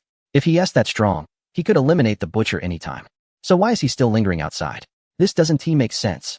In the midst of the silence, dishes were prepared and sent over. At that moment, a disciple holding a piece of red cloth walked in. This disciple was a follower of the fourth elder and appeared young, but his status was unparalleled. No one on the entire mountain could afford to offend him. Everyone paused their work. Brother Feng, what brings you here? Asked the deputy of the butcher. He intended to bring up the matter of Subai's killing. If he reported it, even if the butcher found someone alive, the fact that he put the butcher's arm into the dish would be enough to sentence him to death. Just as he was about to speak, the disciple said, "Oh, it's like this. Master was very pleased with the braised elbow you made yesterday. He said the new dish you developed is very delicious. And that's why I'm here to reward you. As he spoke, he began to unfold the red cloth. Countless transparent fragments of the great Tao sparkled with various lights, over 5,000 of them. At this moment, he was at a loss for words. If the fourth elder enjoyed the food, and he told him he had eaten the butcher's arm, what would happen when he found out? The answer was clear. He would be dead alongside him. So he swallowed his words and instead smiled more broadly. Ah, Brother Feng, you're too kind. We appreciate the fourth elder's goodwill, but we'll pass on the Tao fragments. You can keep them. The young disciple nodded in satisfaction. These cooks were somewhat perceptive. Did they really think they could just take something from him? He intended to take some of the Tao fragments home and share a portion with his fellow disciples, not waste them on these cooks. Just as he was about to tuck them away, Subai stepped forward and snatched them away. Thank you, little brother. Our kitchen will prepare even better dishes in the future. Brother Feng's eyes widened in disbelief as he stared at Subai. The red cloth still raised from the moment it was snatched away. His face instantly flushed with anger. He had never been so openly insulted during his time on the mountain. Who are you? I am Subai, an outer disciple. The braised elbow was made by me. All right. Just make the dishes even better in the future. Brother Feng waved his sleeve and turned to leave. He couldn't believe he had been outdone by a cook. Just wait. He would make sure Subai wouldn't have an easy time. After Brother Feng left, Subai distributed the Tao fragments among his little brothers in the dormitory. Even the butcher's men received a share. From now on, he would have the final say in the kitchen. The butcher would no longer be in charge. With that, Subai went back to his dormitory to sleep. People were filled with doubt. Subai was really bold. What he just said was practically an outright declaration that he had killed the butcher and served it as a dish for the inner disciples. The most outrageous part was that the fourth elder was very pleased and even rewarded him. At this point, the key issue was that if this matter got out, even if he didn't die, he would definitely be in deep trouble. Why didn't he report it earlier? Letting the inner disciples eat human flesh like that would surely disgust everyone. Therefore, everyone dismissed the thought of reporting it. Damn, what kind of living demon is Subai? Too ruthless. Chapter 362. Solo Red Alert RPG map failure. After Feng Shixiang left, he was still upset about Subai's offense today. That scoundrel actually snatched something from me in front of so many people. What does he take me for? It seems that unless Subai, who stood out, is dealt with, the kitchen will never know whose territory it is. So, after finishing the task assigned by his master, he did not head back directly. Instead, he went to the intersex martial arts hall to wait until his master finished teaching. Once the class was over and the disciples had dispersed, he approached a burly man walking toward him. Oh, it's junior brother Xiaofeng. Is there something you need? Just a little matter, but it's not urgent. Let us eat and talk. This man named Brother Ma practiced under the fourth elder and was among the top 3 disciples in terms of strength. Usually, Feng Daotong liked to form cliques with these disciples, calling each other brothers, sharing benefits, and working together. Otherwise, as a mere little disciple, with strength not even matching the butcher's, he wouldn't be able to act so arrogantly in the outer sect. This was all due to his master and the brothers who could do the dirty work. The two entered a private room while the other disciples stood guard outside. In a short while, the best dishes from the kitchen were served on the round table. Junior Brother Feng first picked up a piece of braised pork and placed it in Brother Ma's bowl. Let us eat first, we can talk after. The table was filled with dishes: braised pork knuckle, braised meat, spicy tripe, and pig's head meat, paired with some wine. Junior Brother Feng and Brother Ma ate heartily, with grease dripping from their mouths. The food in the kitchen had been particularly good lately. It felt like the pork tasted hundreds of times better than before. They had no idea what recipe had been used. Brother Ma, holding a large pork knuckle, was left with only the bones, murmuring, "The food is indeed well made." This statement hit the nail on the head for Junior Brother Feng. Yes, the dishes are really good. It seems there's a new chef. This guy knows how to cook. But this guy is just a cook who loves to show off. And today he actually took the fragments of the great Tao that the master gave right out of my hands. I originally planned to share these fragments among us brothers. But when Junior Brother Xiaofeng said that, Senior Brother Ma slammed his chopsticks and glared angrily. What blind cook dares to take something from Junior Brother Xiaofeng's hands? Does he have a death wish? That cook is named Subai. He seems quite intimidating, and no one in the entire kitchen crew dares to provoke him. Senior Brother Ma frowned slightly. Isn't the kitchen crew under Tu Renfu's control? How can a newcomer outshine Tu Renfu? I don't know. Tu Renfu wasn't seen today, and no one knows where he went. It's not like he could have been stewed and turned into a dish, right? Senior Brother Ma patted his chest and said with a laugh, whatever. Since he offended Junior Brother Feng, he offended me, Kuang Ma. I'll deal with him tonight. But killing someone here is a serious crime. What if we get caught? Don't worry. Isn't Subai the one with the long ladle? Then let him become a meat dish. If everyone eats it, who will know where he went? Come on, let's not dwell on this annoying matter. Let's eat. Unbeknownst to them, Their conversation had already been intercepted by a spy sent by Subai. The dorm manager returned to his room in a daze. Today, Subai had used Tu Rinfu's meat as an ingredient for the inner disciples and elders. This was just too ruthless. He wondered if Subai knew that he had reported him to Tu Rinfu last night. If Subai knew, would he be the next one to be turned into a dish? As soon as he lay down on the bed, ready to sleep, he saw Subai sitting with his legs crossed, flipping through a magazine of beautiful women. You're back. Brother Bai, I'm back. No need to call me brother. My seniority here isn't as high as yours. Just call me junior brother. That would be too disrespectful. You're so skilled at cooking, generous, and always helping others. Everyone in the kitchen crew calls you brother. All right, enough flattery. I have a friend I'd like you to meet. A friend. Instantly, the dorm manager began trembling all over. He recalled the time he was stuffed into the barrel of an apocalypse tank and brutally handled by a mad beast. Holy crap. It's not happening again, is it? No, Brother Bai, I always listen to you. How have I offended you? I'll punish myself. No need for you to bother.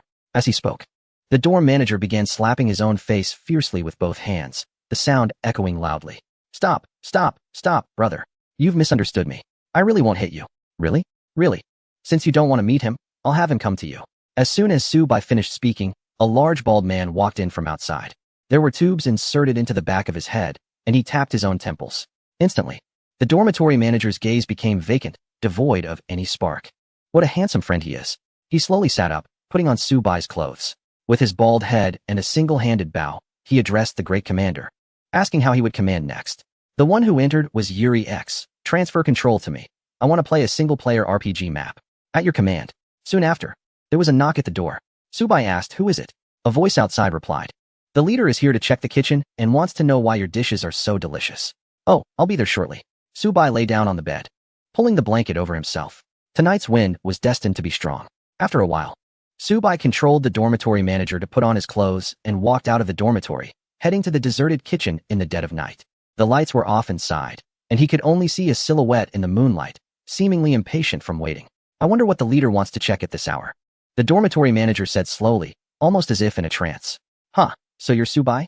A waste who dares to offend our junior phone just because you can cook a couple of dishes? You've got some guts. The dormitory manager forced a mechanical smile, drawing a sword from his waist and pointing it at the other person. You little brat, you came here just to say this. Shouldn't the normal script involve the other party kneeling and begging for mercy? Looks like this guy really isn't normal. Otherwise, he wouldn't have tried to steal from junior phone. You've already signed your death warrant. The person named Kwang Ma suddenly gripped the dagger at his waist. When the blade was drawn, it made no sound of metal against metal. The blade, like a venomous snake, glinted with a cold light, slicing through the air with a sharp whistle. The dormitory manager's throat burst open with a 3-inch gash. With a crack, the sound of shattered vertebrae mixed with the splatter of blood as the head flew sideways, crashing against the beam. The headless body maintained its sword-wielding posture, muscles twitching at the severed neck, spraying the last bit of hot blood, staining the untouched pork on the cutting board a vivid red. Turns out he was a clueless waste. In his next life, he should be less reckless. Kwang Ma flicked the blood off his knife, the blade reflecting his sinister grin. Stepping over the fallen head, it shattered on the brick floor, brain matter splattering onto his pants. Yet he remained oblivious to the stench. Grabbing a bone-cutting knife from the cutting board and pressing the blade against the corpse's wrist, perfect for practicing butchering skills. On the other side, respected Commander General. We have lost contact with the other party, Yuri X said calmly. Subai paid no mind. It doesn't matter. As long as the goal is achieved, that's enough. After saying that, he closed the magazine. Chuckling, he went to sleep. The next day, around noon, in a secluded area among the pavilions of the sect, the person named Subai has already dealt with it for you. From now on, let's see who dares to disrespect you. Feng Shitty. Kwang Ma picked up a cup of liquor and took a sip. Feng Shitty across the stone table also took a drink. How was Subai's body handled? The bodies of those who can enter this world are incredibly resilient. Even a cosmic explosion might not destroy them. Disposing of them is quite labor-intensive, and burying them is easily discovered. Kwang Ma laughed, setting down his cup. He grabbed a piece of pig head meat with his chopsticks. Feng Shitty. I certainly know the body is hard to deal with. So, I took decisive action and chopped it up, mixing the fatty and lean meat into a filling, boiling the bones for soup, and cleaning the intestines. As Kwang Ma spoke, he chewed on the pig head meat, which seemed particularly tasty. Huh. So what we're eating is Subai's meat. Kwang Ma took another bite of the pig head meat. This was bought in advance when we went down the mountain. So don't worry, it's not human meat. Amazing. Cheers to you. The two drank 2 more rounds.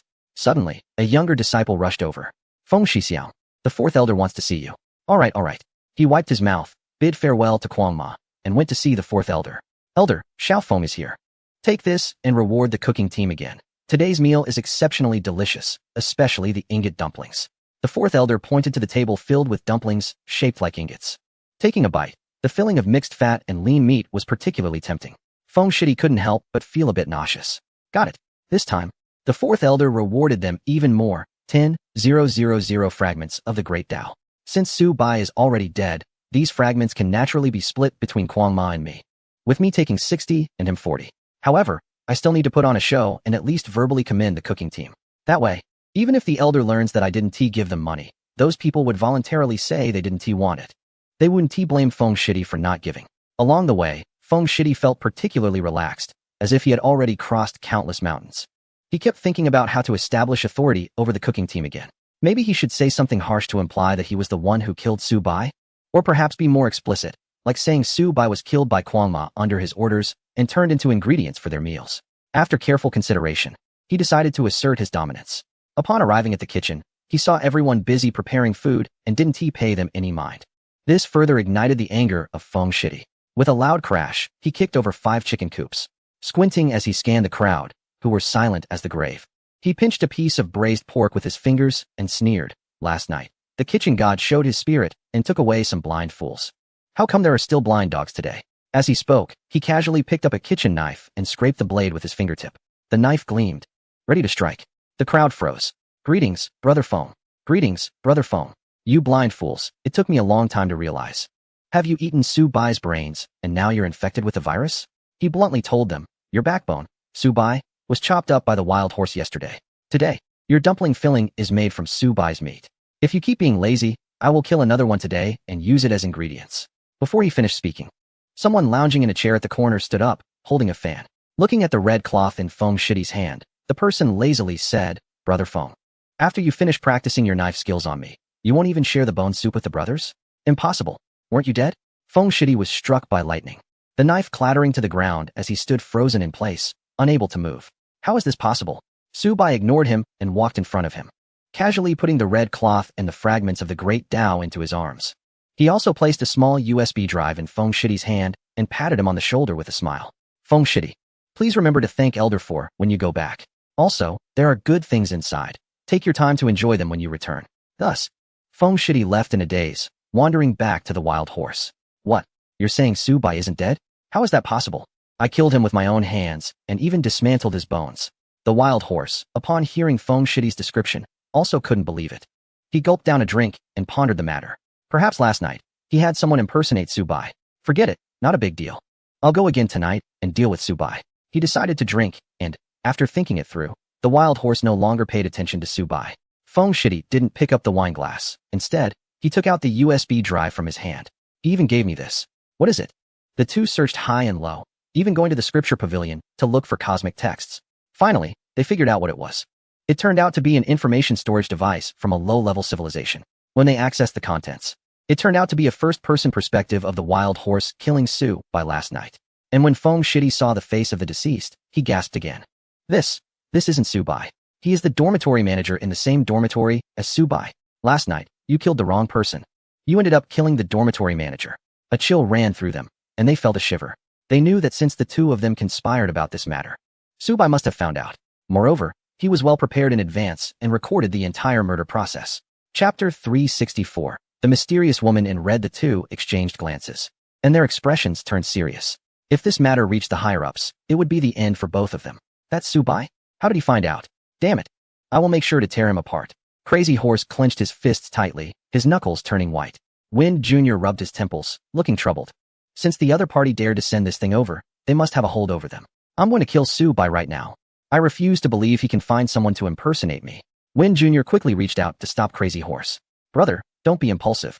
Since Su Bai is so confident, he must have a countermeasure. If we recklessly go and kill him, we might fall into a trap he set up." Crazy Horse slammed the table and squeezed out a few words between his teeth. "What should we do then? Since he sent us the USB drive, he probably doesn't want to escalate the matter. Let us wait and see what he has to say tomorrow." All right then. The next day, Su Bai stayed in the dormitory all day without even cooking. Since he had nothing to do, he began to plan his new trip to the scripture pavilion. There must be a lot of things he urgently needed to learn there, as well as some secrets about the Supreme God. Now that he was struggling to survive in this high-dimensional continent, the only way to live on and even bring down his opponent was to understand them more deeply. Subai had a feeling that the day of success was not far off. As night fell, everyone had fallen asleep. Suddenly, there was a soft knock on the door. Subai put on his slippers and went to open the door, only to see a child standing at the entrance, holding a white paper lantern. The dim light cast a pale glow on the child's face, making it look ghostly, like a paper figure, exuding an eerie aura. "Oh, isn't this Little Wind Jr.?" Subai teased. "Why are you here at this hour? Are you hungry? I can wake up those lazy guys and have them prepare a couple of dishes for you." Saying this, he pretended to call out to a few people in the room who had not been replaced by spies yet. "Subai, don't. Little Wind Jr. quickly waved his hands. "It's nothing serious. Brother, could you step out for a moment to talk?" Subai raised an eyebrow and followed him outside. Here, he wasn't afraid of being ambushed at all. First, this Little Wind Jr. was not strong enough, and as for Crazy Horse, who was slightly stronger, he was no match for Subai. Moreover, he had arranged snipers in the woods every night, and they would pull them back at dawn. The two walked to a stone platform and sat down. "Well, senior brother Subai, I'll get straight to the point. I apologize for my previous offenses, and I've come specifically to make amends." Junior brother Xiao Feng stood up voluntarily and respectfully bowed. Subai casually scratched his ear and asked, "And then? Senior brother, what would it take for you to forgive me?" Junior brother Xiao Feng bit his lip and hesitantly spoke. "The elders have given you quite a lot of rewards over the years. You must have kept quite a bit for yourself, right?" Xiao Feng struggled to ask. "How much do you want to let this go?" Subai held up 5 fingers. 50,000 pieces of the great Tao fragments? That's fine. Subai shook his head. 500,000. Seeing Subai remain silent, Xiao Feng continued. "Could it be 5 million? 50 million? Only then did Subai slowly say, 500 million. Once the words left his mouth, it felt like a knife stabbing into Xiao Feng's heart. He was furious, almost ready to grab the stone table and smash Subai to pieces. "Are you trying to extort me? I feel like a servant every day, counting every penny. And you ask for such an outrageous amount." Subai smiled. "Junior brother, don't get too worked up. Sit down, and let's discuss this properly." Then he calculated. "I heard you've been practicing and studying here for 500 million years. 500 million isn't too much, is it? You even know this?" "Haha. If I didn't know, how could I dare to ask you for money? Fine, 500 million it is. But after I give it to you, how can you guarantee that this won't get out? I'll give you all the backups. You can search my body or check my dormitory later." At this point, junior brother Xiao Feng had no other choice but to nod. "All right, come to the back mountain tomorrow. My money is hidden there. We'll exchange cash for goods." "But does that mean I can't take anything today?" Just as Xiao Feng was about to leave, Subai grabbed his wrist.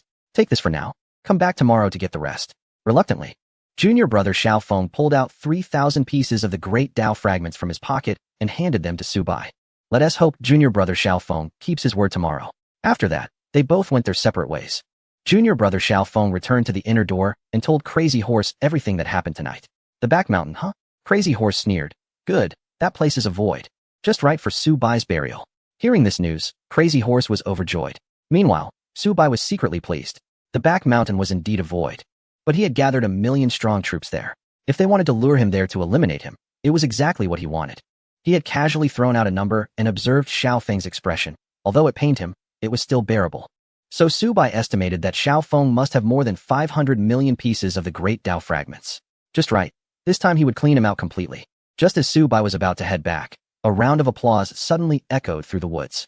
He instantly became alert, ready to summon the Red Alert army at any moment.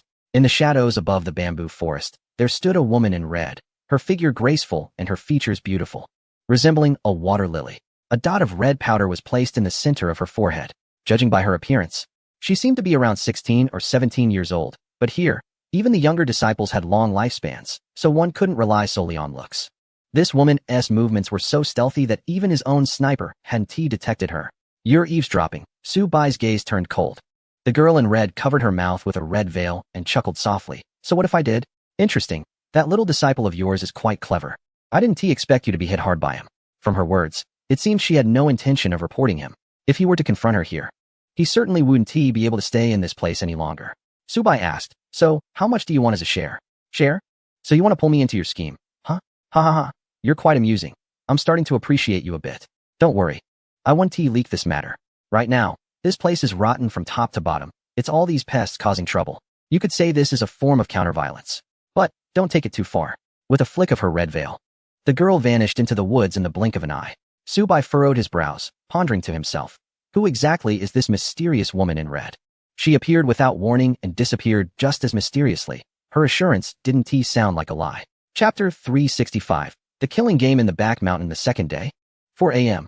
The night wind howled, and the mist in the back mountain was thicker than usual, as if a flowing gray veil enveloped the entire valley. Subai stepped onto the stone stairs, walking up slowly and steadily, his mind constantly adjusting, aware of the million-strong army hidden beneath the Iron Curtain device. This was a precaution Subai had arranged last time, to keep a backup plan in case of unforeseen circumstances. Little phone, you've picked a good spot, Subai said with a slight smile, his gaze sweeping over the jagged rocks and twisted dead trees around them. An ideal place for killing and burying bodies. Little phone walked ahead, his back appearing a little stiff, forcing a chuckle. Senior brother is joking. This is just a transaction. Subai chuckled lightly and didn't say anything further. As they reached an open cliff area, the mist suddenly stagnated, as if frozen by some force. Little phone leaped forward, creating distance, and turned around with a grim smile. Subai, did you really think I would obediently give you 500 million? Before his words fell, a dark shadow emerged from the mist, Brother Mad Horse brandishing a pitch-black long knife. The blade was entwined with bizarre, dark purple patterns. A legendary forbidden tool known to counter summoning powers, the Devouring Goo. Subai, today is your day of death. Brother Mad Horse laughed maniacally, pointing the blade directly at him. This Devouring Goo can devour all external energy. From my observations, you might summon some helpers, but unfortunately for you, it won't work against me. As he spoke, he threw out 5 severed heads from behind him. 5 snipers had been secretly deployed by Subai on the road ahead. It seemed that the opposing side had already learned about his ability to summon troops. Subai stood still, his expression unchanged, even lazily yawning. Is that all? The fury in Quang Ma's eyes intensified as he suddenly swung his blade down. The light of the blade shattered the space like glass, creating dark cracks that frantically consumed the surrounding energy. However, a deafening mechanical roar suddenly erupted, causing the ground of the entire back mountain to tremble violently. Quang Ma and his junior brother Xiaofeng's expressions changed drastically. They saw the surrounding mist being torn apart by an invisible force, revealing a massive spatio-temporal teleportation device hidden in the shadows. You practitioners often say that treasures belong to those who possess them. Such a fine weapon. How could I not use it? That would be a waste. Subai sneered, his thoughts moving swiftly to compress the spatio-temporal teleportation. Buzz. In an instant, Quang Ma's devouring blade froze, disappearing without a trace as if it had sunk into the ocean. Where's my blade? Quang Ma's pupils contracted as he repeatedly checked for his weapon. Fool. Subai shook his head. The devouring blade devoured energy, but the spatio-temporal teleportation was a rule. Before he could finish speaking, the earth trembled even more violently, and the roar of countless mechanical treads crushing rocks approached from all directions. Tat-tat-tat. Boom. The sounds of machine gun fire, tank cannon blasts, and warplanes screeching erupted simultaneously.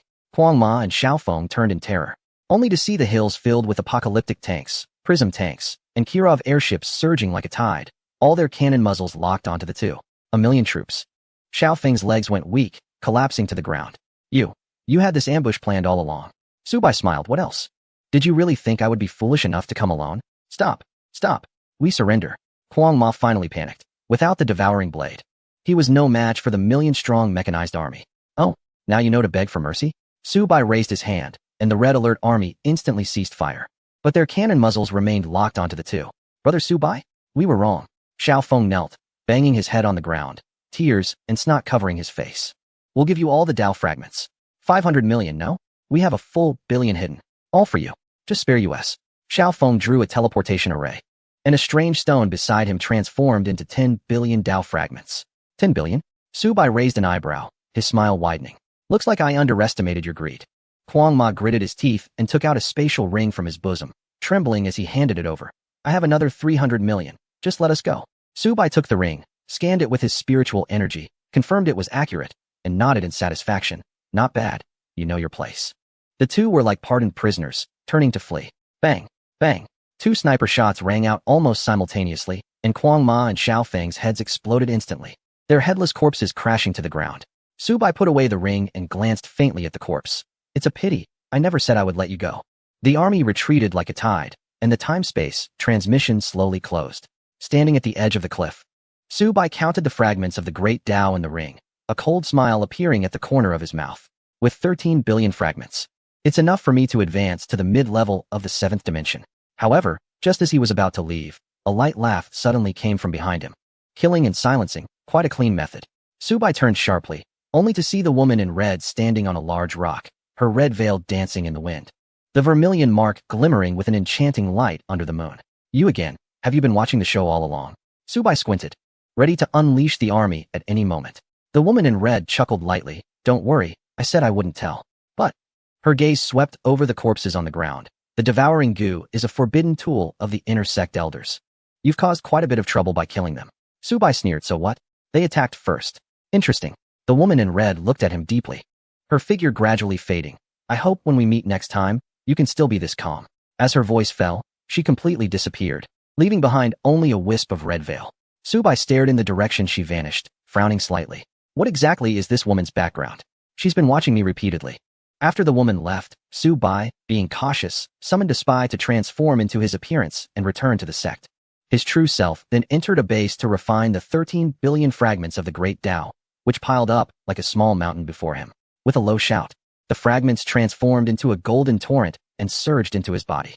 A 7-layer dimensional halo appeared around Subai, each layer flickering with different runes of laws. When the 7th halo fully solidified, the entire secret chamber trembled violently, and countless mechanical structures phantoms emerged on the walls. Mid-level of the 7th dimension achieved. Next. What should the next move be? After all, Xiaofeng and Quang Ma were killed by him. If he used a spy to take the blame, it would definitely expose the ruse. After pondering for a while, Subai smiled. He thought of a better method. Thus, he ordered the spy to disguise as the two and handed over the divine weapon in his possession to them. Chapter 366. Scheme within a scheme. The days passed peacefully for a day. Soon, news of the disappearance of Quang Ma, the eldest disciple under the 4th elder, spread like wildfire. What remained was the disappearance of junior brother Xiaofeng. Meanwhile, Subai continued his routine, while also inquiring about where the good items of the inner sect were hidden. In the White Tiger Hall, with smoke swirling, the 4th elder sat at the main seat, his expression gloomy. The disciples below fell silent. Only the sound of charcoal crackling in the bronze stove could be heard. It has been 3 days. The 4th elder suddenly smashed the teacup, with porcelain shards deeply embedded in the sandalwood table. My disciple, the wild horse, and the Taoist boy, Little Wind, have just vanished into thin air. The attendant disciple trembled as he presented a jade slip. The weapon vault records show that Brother Wild Horse borrowed the void-devouring goo knife 5 days ago and has yet to return it. Void-devouring goo. The 4th elder's pupils constricted sharply. That is a forbidden item capable of severing connections to otherworldly summoning. A terrifying pressure erupted from the 4th elder, causing the pillars of the White Tiger Hall to creak ominously. Search the entire sect thoroughly. His cold gaze swept over everyone. Send the order down. We must retrieve the treasure. In the afternoon, disciples from the inner sect surged out, scouring the mountains and plains for any signs of the missing individuals and items. Subai, come out. Get out here. The dormitory door was kicked open, and a burly man stormed in. This overwhelming pressure could even shatter houses generated by barriers. Truly domineering. Subai retracted his legs from the sitting position and sat up in bed. Who are you? Your dog eyes don't even recognize me. I'll give you a beating to make sure you remember. Subai quickly stepped back 2 paces. Wait. Let's talk. Suddenly, he produced a stack of fragments of the Tao. Seeing the good items, the man snorted and withdrew his earlier intimidation. At least you have some sense. He casually found a chair and sat down, while Subai stepped forward to brew him a cup of tea. New here? Yes. No wonder. I'm the first major disciple of our 4th elder, the Tiger Head Bee, skilled with dual blades, strong enough to move mountains. Do you know?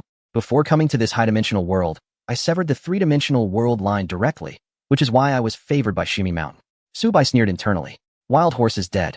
And you think you can just take his place and show off in front of me? I'm here because someone informed me that Little Wind had visited you the night before he went missing. So explain this. Subai smiled. Explain? If I said that Little Wind and Brother Wild Horse plotted to kill me, but ended up getting killed by me instead, would you believe it? The Tiger Head Bee froze for a moment, then burst into laughter, his eyes filled with mockery. With you? A mere novice who just entered and is good for nothing but cooking, dares to say he killed Brother Wild Horse? He smashed the tea table violently, shards flying everywhere. You're playing with me, huh? Believe it or not, I'll crush your skull right now. Subai maintained his smile, leisurely pulling out a blood-stained spatial ring. It was indeed Wild Horse's personal item. The laughter of the Tiger Head Bee abruptly ceased, and his expression changed drastically. How is that possible? How could he have Wild Horse's spatial ring? Wild Horse always kept his storage ring on him, treating it like a treasure. There must be many secrets inside.